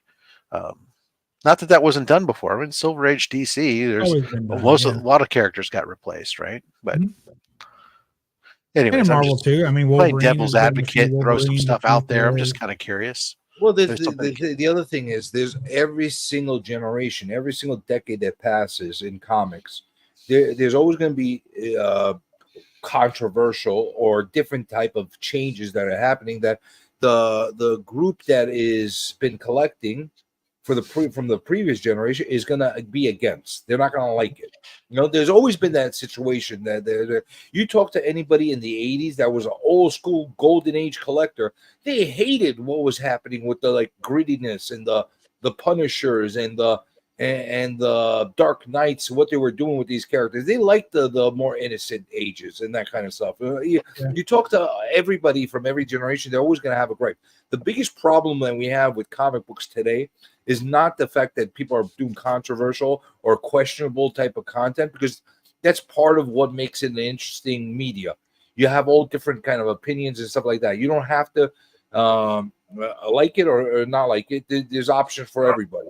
The biggest problem is it's becoming very, very difficult to replace the generation with the next generation, because it's becoming it's very difficult to get young people into comics. It's expensive for little kids to go buy $5-6 books that are brand new and get into them. Yeah, inflation there is out of control. Well, think about it. I remember my dad would give me a couple bucks, and I would be able to go and get like 5-6 comics with that couple bucks. So yes, Well, obviously, let's just say the inflationary value from just the 80s right? You look, you had Golden Age books for 10 cents, Silver Age 12 cents, Bronze Age 15 to 20.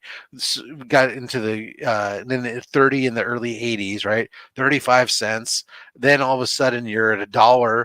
Then all of a sudden it was $2, and then $3, and now $4 and $5, right? And it's just in that span from $1 to $5, 5x in price has occurred in a 30-year period.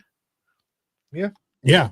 Compared to it going from 10 cents to 30 cents to triple in value, it took 80 years. Mm-hmm. And the biggest problem is it's not impossible to print them out cheaper. Yes, you're gonna print it out in cheaper forms. So you could go back to the newsprint for all I give a shit.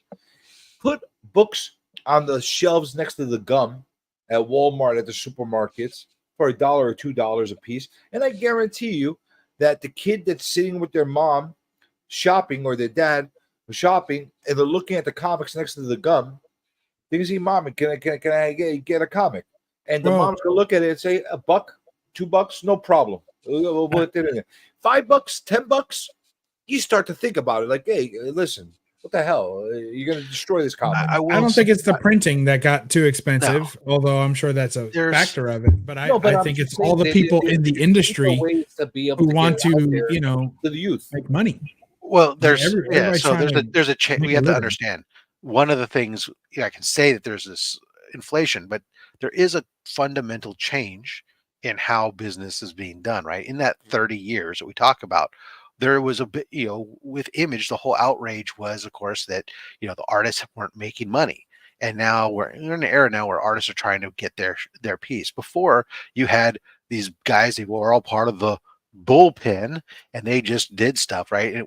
And they got paid a base rate, and that was really inexpensive. They didn't make money off their creations, and this is where you had so many artists who went back and said, hey, these old guys they're living in poor houses because they weren't getting anything off of their creations and everything else. In order to compensate artists for their creativity and everything else, those things cost money.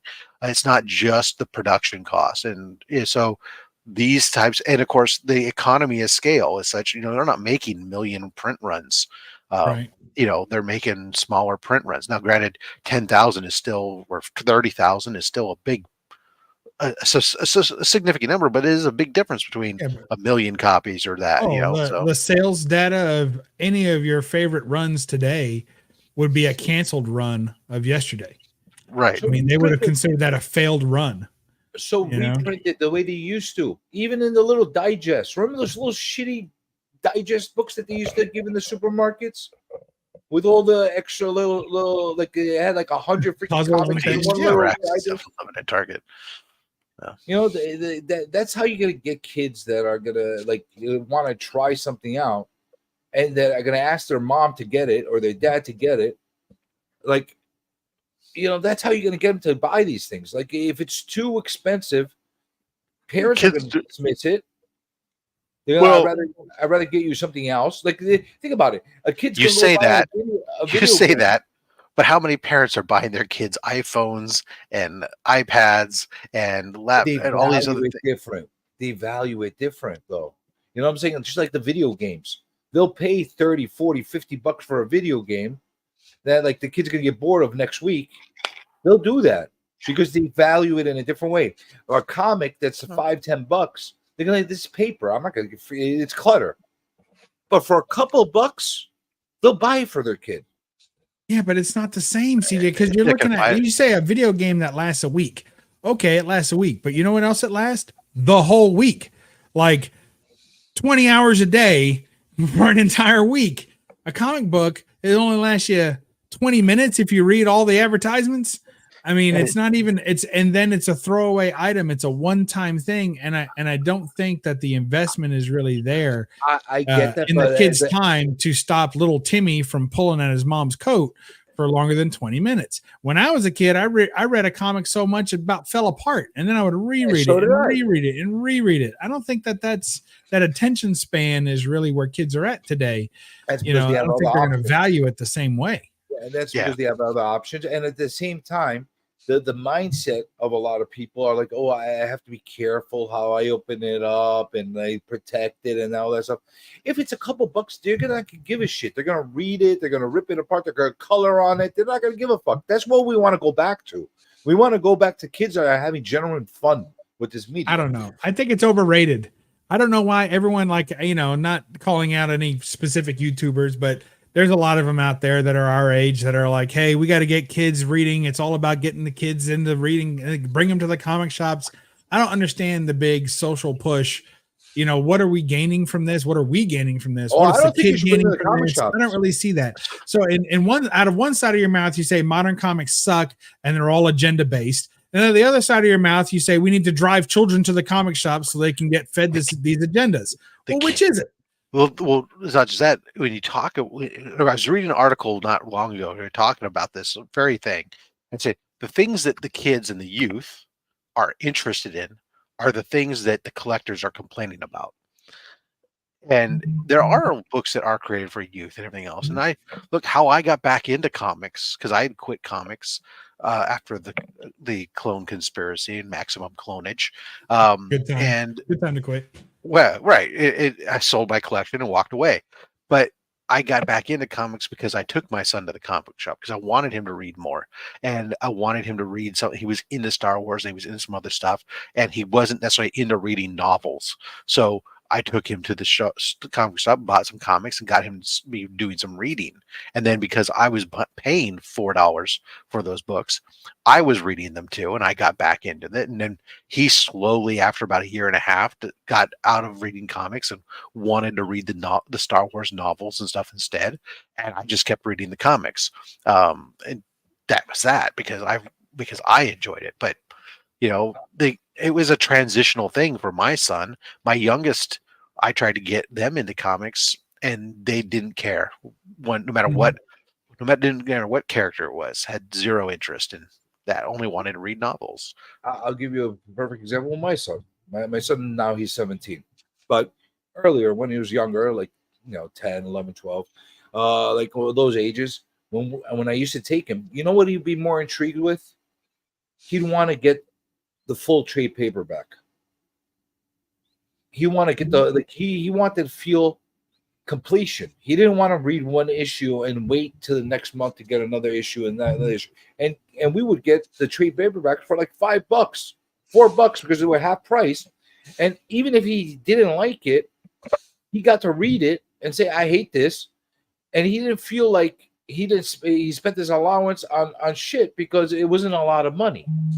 That's the thing. Like if they make stuff like that available for kids, I really, really believe that it would get them more interested at least trying things. You know what I'm saying? Right now, they're not even trying. Well, sequential kind of makes something. So I was talking about here, license out their product in comics for Marvel, DC, whatever. The movies based on their comics versus comics based on the movies. There is a divide here. This is where those of us are older, we often complain that these movies suck because they're not following the comics.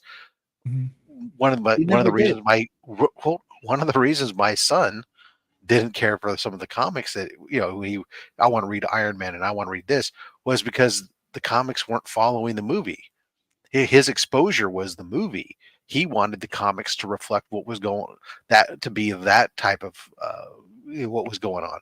Continuation of the story or filling in gaps. Yeah, exactly. Yeah. So you have a split and divide in its own right there too from what people want. People want what they grew up with and those connections. I oftentimes feel that I'm one of the oddities sometimes where I can readily accept that a movie doesn't have to follow the comic straight up. It's a different freaking universe. Comics have exposed us all to the idea of a multiverse. So why does it have to be always that I have to go into a movie expecting it to match the comic verse? Right? Yeah, I agree. I feel that way too. I look at it as just an alternative universe, alternative story, an Elseworld That's story. A matter of opinion, Sequential Geek. My son wanted a book to be what he was used to. He's just messing around, just like all the rest of us. But that's always been the case though with these movie adaptations, TV adaptations. The same thing happens with novels. You pick up a Stephen King novel of misery and watch the movie, It's two fucking different movies. Like they have People always similar say that all the time components. too, right? Oh, I like the book It's better. Dan. Well, yeah, the book was a completely different. Like, it was They based do on, it to not it modify it is. for movies.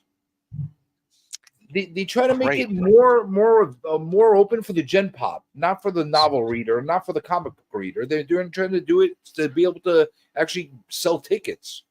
So, CJ, my question to you is this: and we know Bubs is working on these Golden Age runs.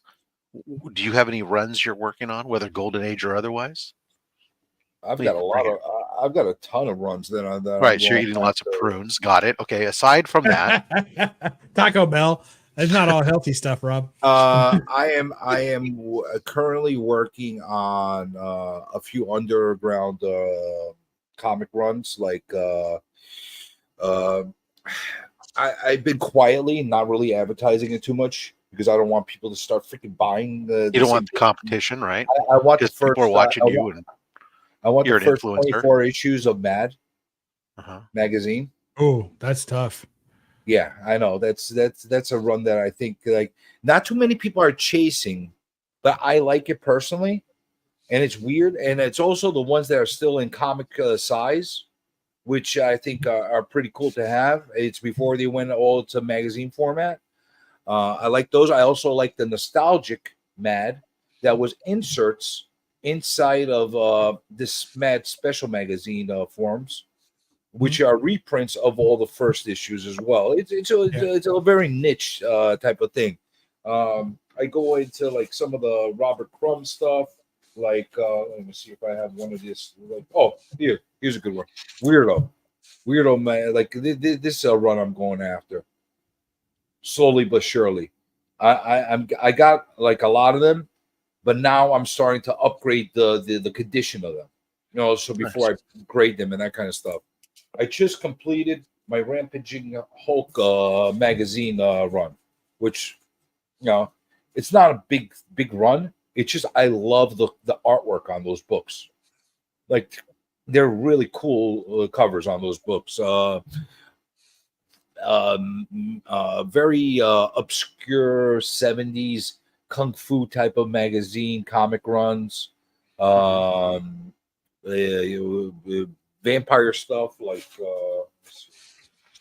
like this. Dracula Lives. Okay. Not people don't really talk about these that much, but they're cool as fuck. The covers are great. You know, Marvel did a lot of cool stuff like that in the 70s. Yeah, with the mag runs. Yeah. Yeah, and I see a lot of people are not going after them, so which makes my life easier. Right. Because I don't have to compete with a lot of people to get like nice grade comics of copies of them. Planet of the Apes was pretty cool too. Although Cool. I never really cared for getting the whole run. If I come across it by by coincidence, by accident, like I'll pick up when I find them. I'm not looking for them. The Planet of the Apes. I have the first few issues. Other than that, I don't really care that much. They don't do it for me. Cool. There's some international books that are really cool too, though. Like I occasionally come into some like Japanese. I don't know if I should call them manga. They are, but they're not because they're like they're not the traditional manga books that you find. They're like almost like a magazine book. And it's very like a very obscure stuff. I find these sometimes in some of these like local shows where they have a ton of boxes of stuff they don't even know how to categorize, and you come across these like obscure kind of like creatures and characters from like Japanese have fucked up imaginations. They got some really cool shit that they come up with, you know. So like I can't even understand what they're writing in it, but the images that they provide are so cool. I have to pick them up. So like, that's the kind of stuff that I really gone after. I mean, obviously I got like I got almost the entire run of Avengers. I'm still missing number 4, and I'm missing number 1, which I'll occasionally get. I just want to get it at a I grade. got them right here. I know that, and you showed me But number for how 4, much? and I'm like, you fucking guy, I would have bought it, but how you call it? The Avengers 4 cost I bought for dirt cheap Bubs. I know that's All right, why I'll I double love your you money, fucking right? guy. But I'm just waiting to pick them up at the price that I'm like, I could Yeah. pout, I could stomach. You know what I'm Well, saying? the nice thing is Avengers 1 is coming down if you want on a low grade. Oh yeah, I will. I'm not worried about. I mean, those it's things. still not. It's still going to cost you over $1,000, but I mean, it's There's several reholdered ASMs out there right now that are probably it's a steal.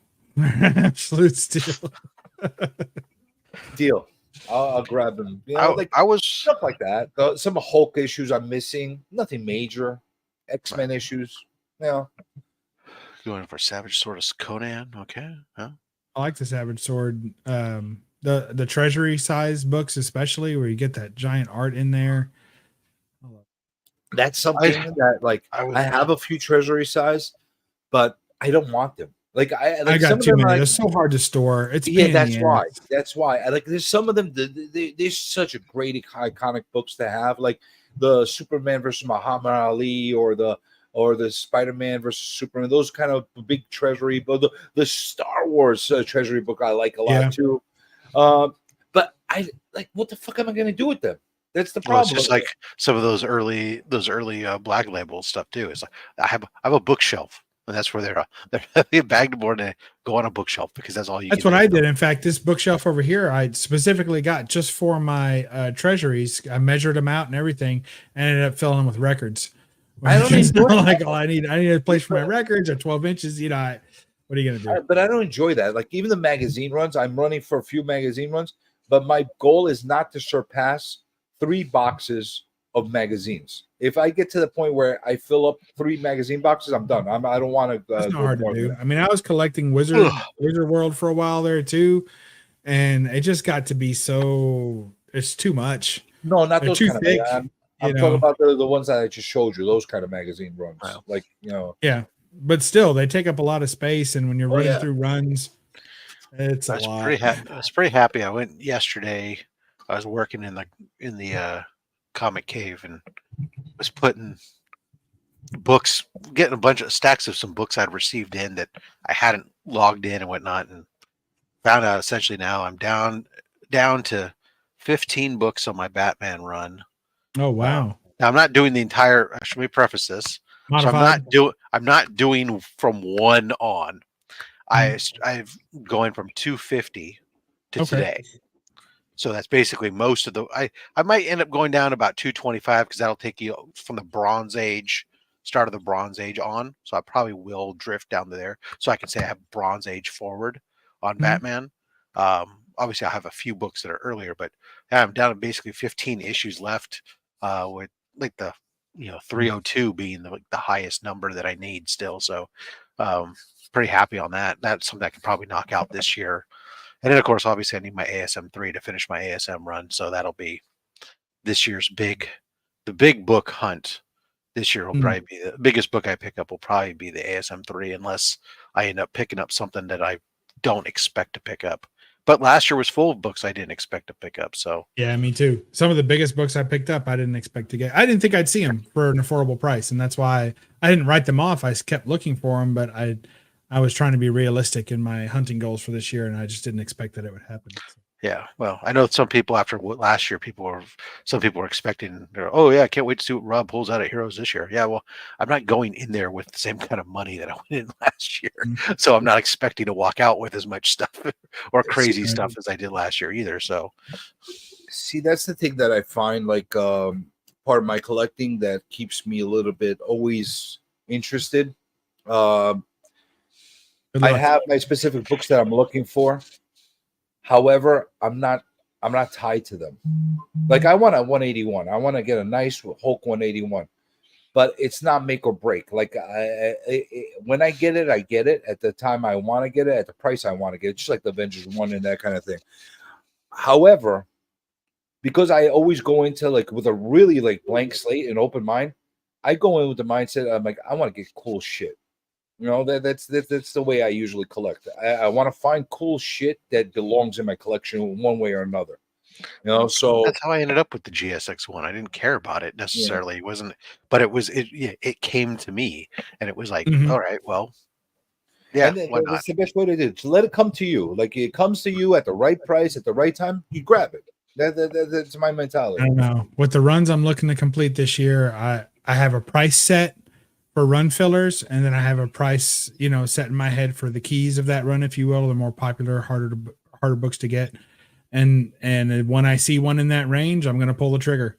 And I may complete the run by the end of the year. I may not. But if I don't complete the run by the end of the year, it will be because the price wasn't right for the book Maybe I the should book didn't finish show that. up. Maybe I'll work on this year also. I should try to finish up either that one of the two, either my 4-color or that Harvey Flash Gordon run.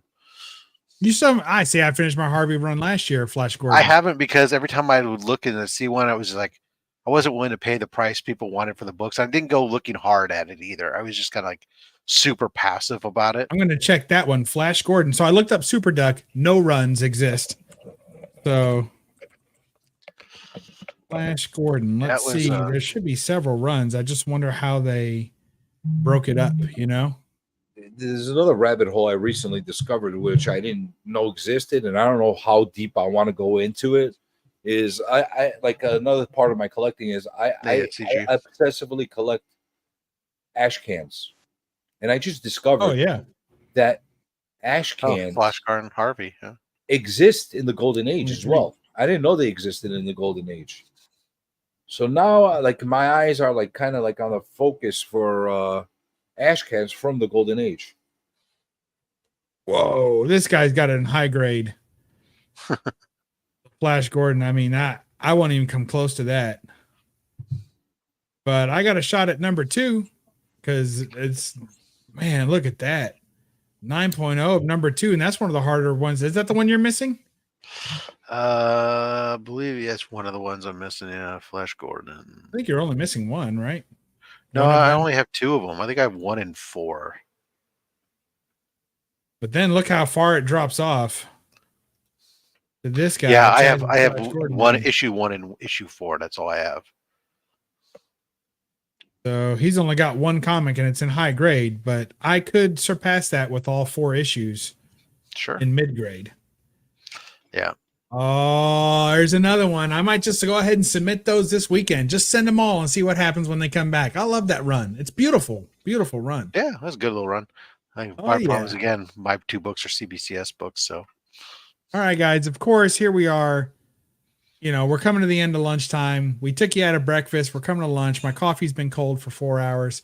What do you think, guys? Should we wrap it up? At least as far as my channel's concerned.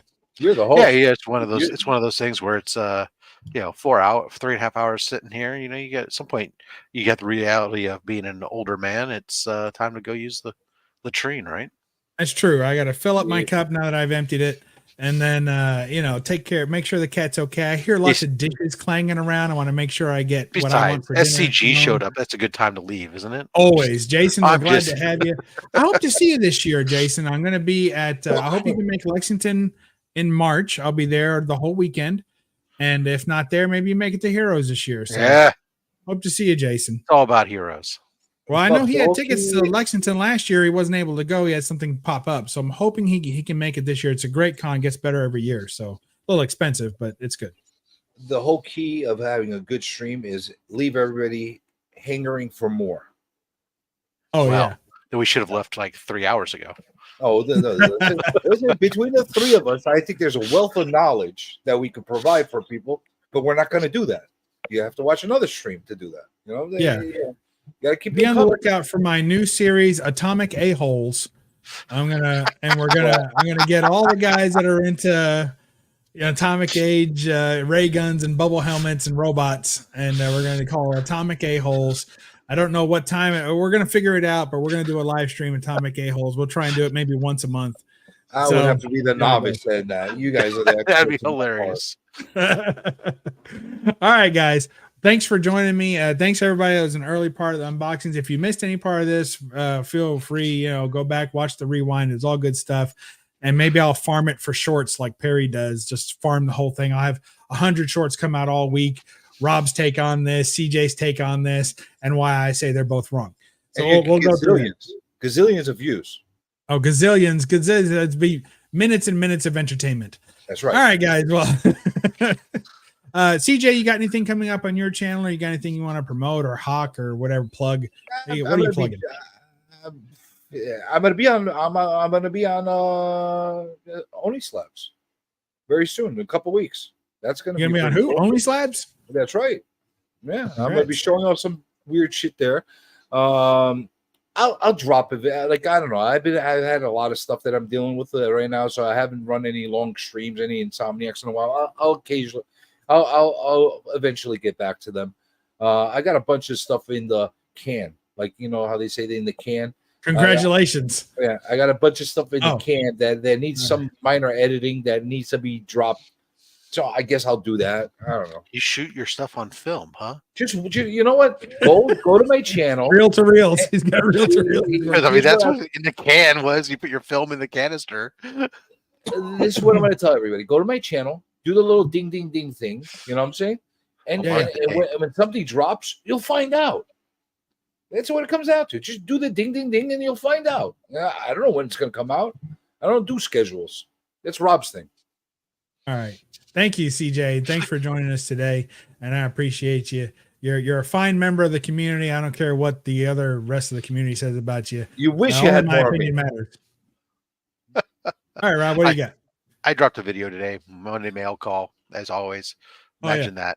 And then Thursday I'll do a mystery box, and then Saturday Only Slabs. That's a stacked show schedules. We appreciate you. Thanks for Thursday, being Saturday, who you are. I say it all the time. It's one of the few people in the community that I actually like. So thanks, Rob. I'm glad you can glad you can make it. Thank you too, Bob. Yep. What a great guy. For me, I got stuff going on. CJ, I love you. Shorts this week, and I'll do a couple of unboxings, and I got some more things in the collection to show off. And also check us all out on Instagram. We're always popping up stuff on there as well. And I'll let everybody know when the Atomic A-Holes drops next. And we'll have big fun with that. Also, I'm getting my vinyl channel up and running for all my vinyl and stuff and audio file stuff. I'm going to be dropping some reviews to start off with. So, be on the lookout for that. The link is somewhere in my description of my channel. See, I'll be interested in checking out some of that stuff because I was in the audio industry for a long time. It's fun, including the audio file stereo sound system. It's a very salty community. Yes, it's a very salty community. So I used to run the forums for one of the manufacturers I worked for, and it was always a lot of fun. Yeah, so it's very salty. It's almost as bad as the gaming community, but honest, of all the things I've been involved in, I think the comic community is probably the most kind, I would say. What's interesting, I would say the difference, the audiophiles believe in more pseudoscience, and the number of people who will tell you, oh yeah, if you stack 4 quarters on this corner of your speaker, it's going to sound better, or that this and that. The pseudoscience is absolutely insane when it comes to audiophiles. I love it. Get these ceramics and suspend your cables above the ground because the adverse dielectric effect of laying on carpet. Like even if I do I'll do a review on a record and I'll pull the record out of the sleeve and I'll get in trouble for how it's stored in the sleeve, which sleeve I'm using, how that's stored. I shouldn't even store them together. I should have one side of the room should be all record sleeves and the other side's the actual records hermetically sealed. It's an absolute mind-numbing amount of misinformation out there. But I am certainly not one who shies away from conflict. So there I am. I'm throwing in. Awesome. Can't wait to hear about it, Bubs. Yeah, that'd be big fun. I will watch you do it, and I will not do it. It sounds better to watch you struggle with it than to actually deal with that freaking. It will be fun. Oh, Hack says he's 25 subs away or giving away something every 25. Good for you, Hack. Stay with it. Everybody check him out. All right, everybody. It's 3.5 hours. We did it today. It's exactly what we set out to do. Have a day off and play with friends. So we'll catch you next time. All in Bub's World on Bub's Comics. And remember to read a comic and don't apologize for the glare. Bye-bye.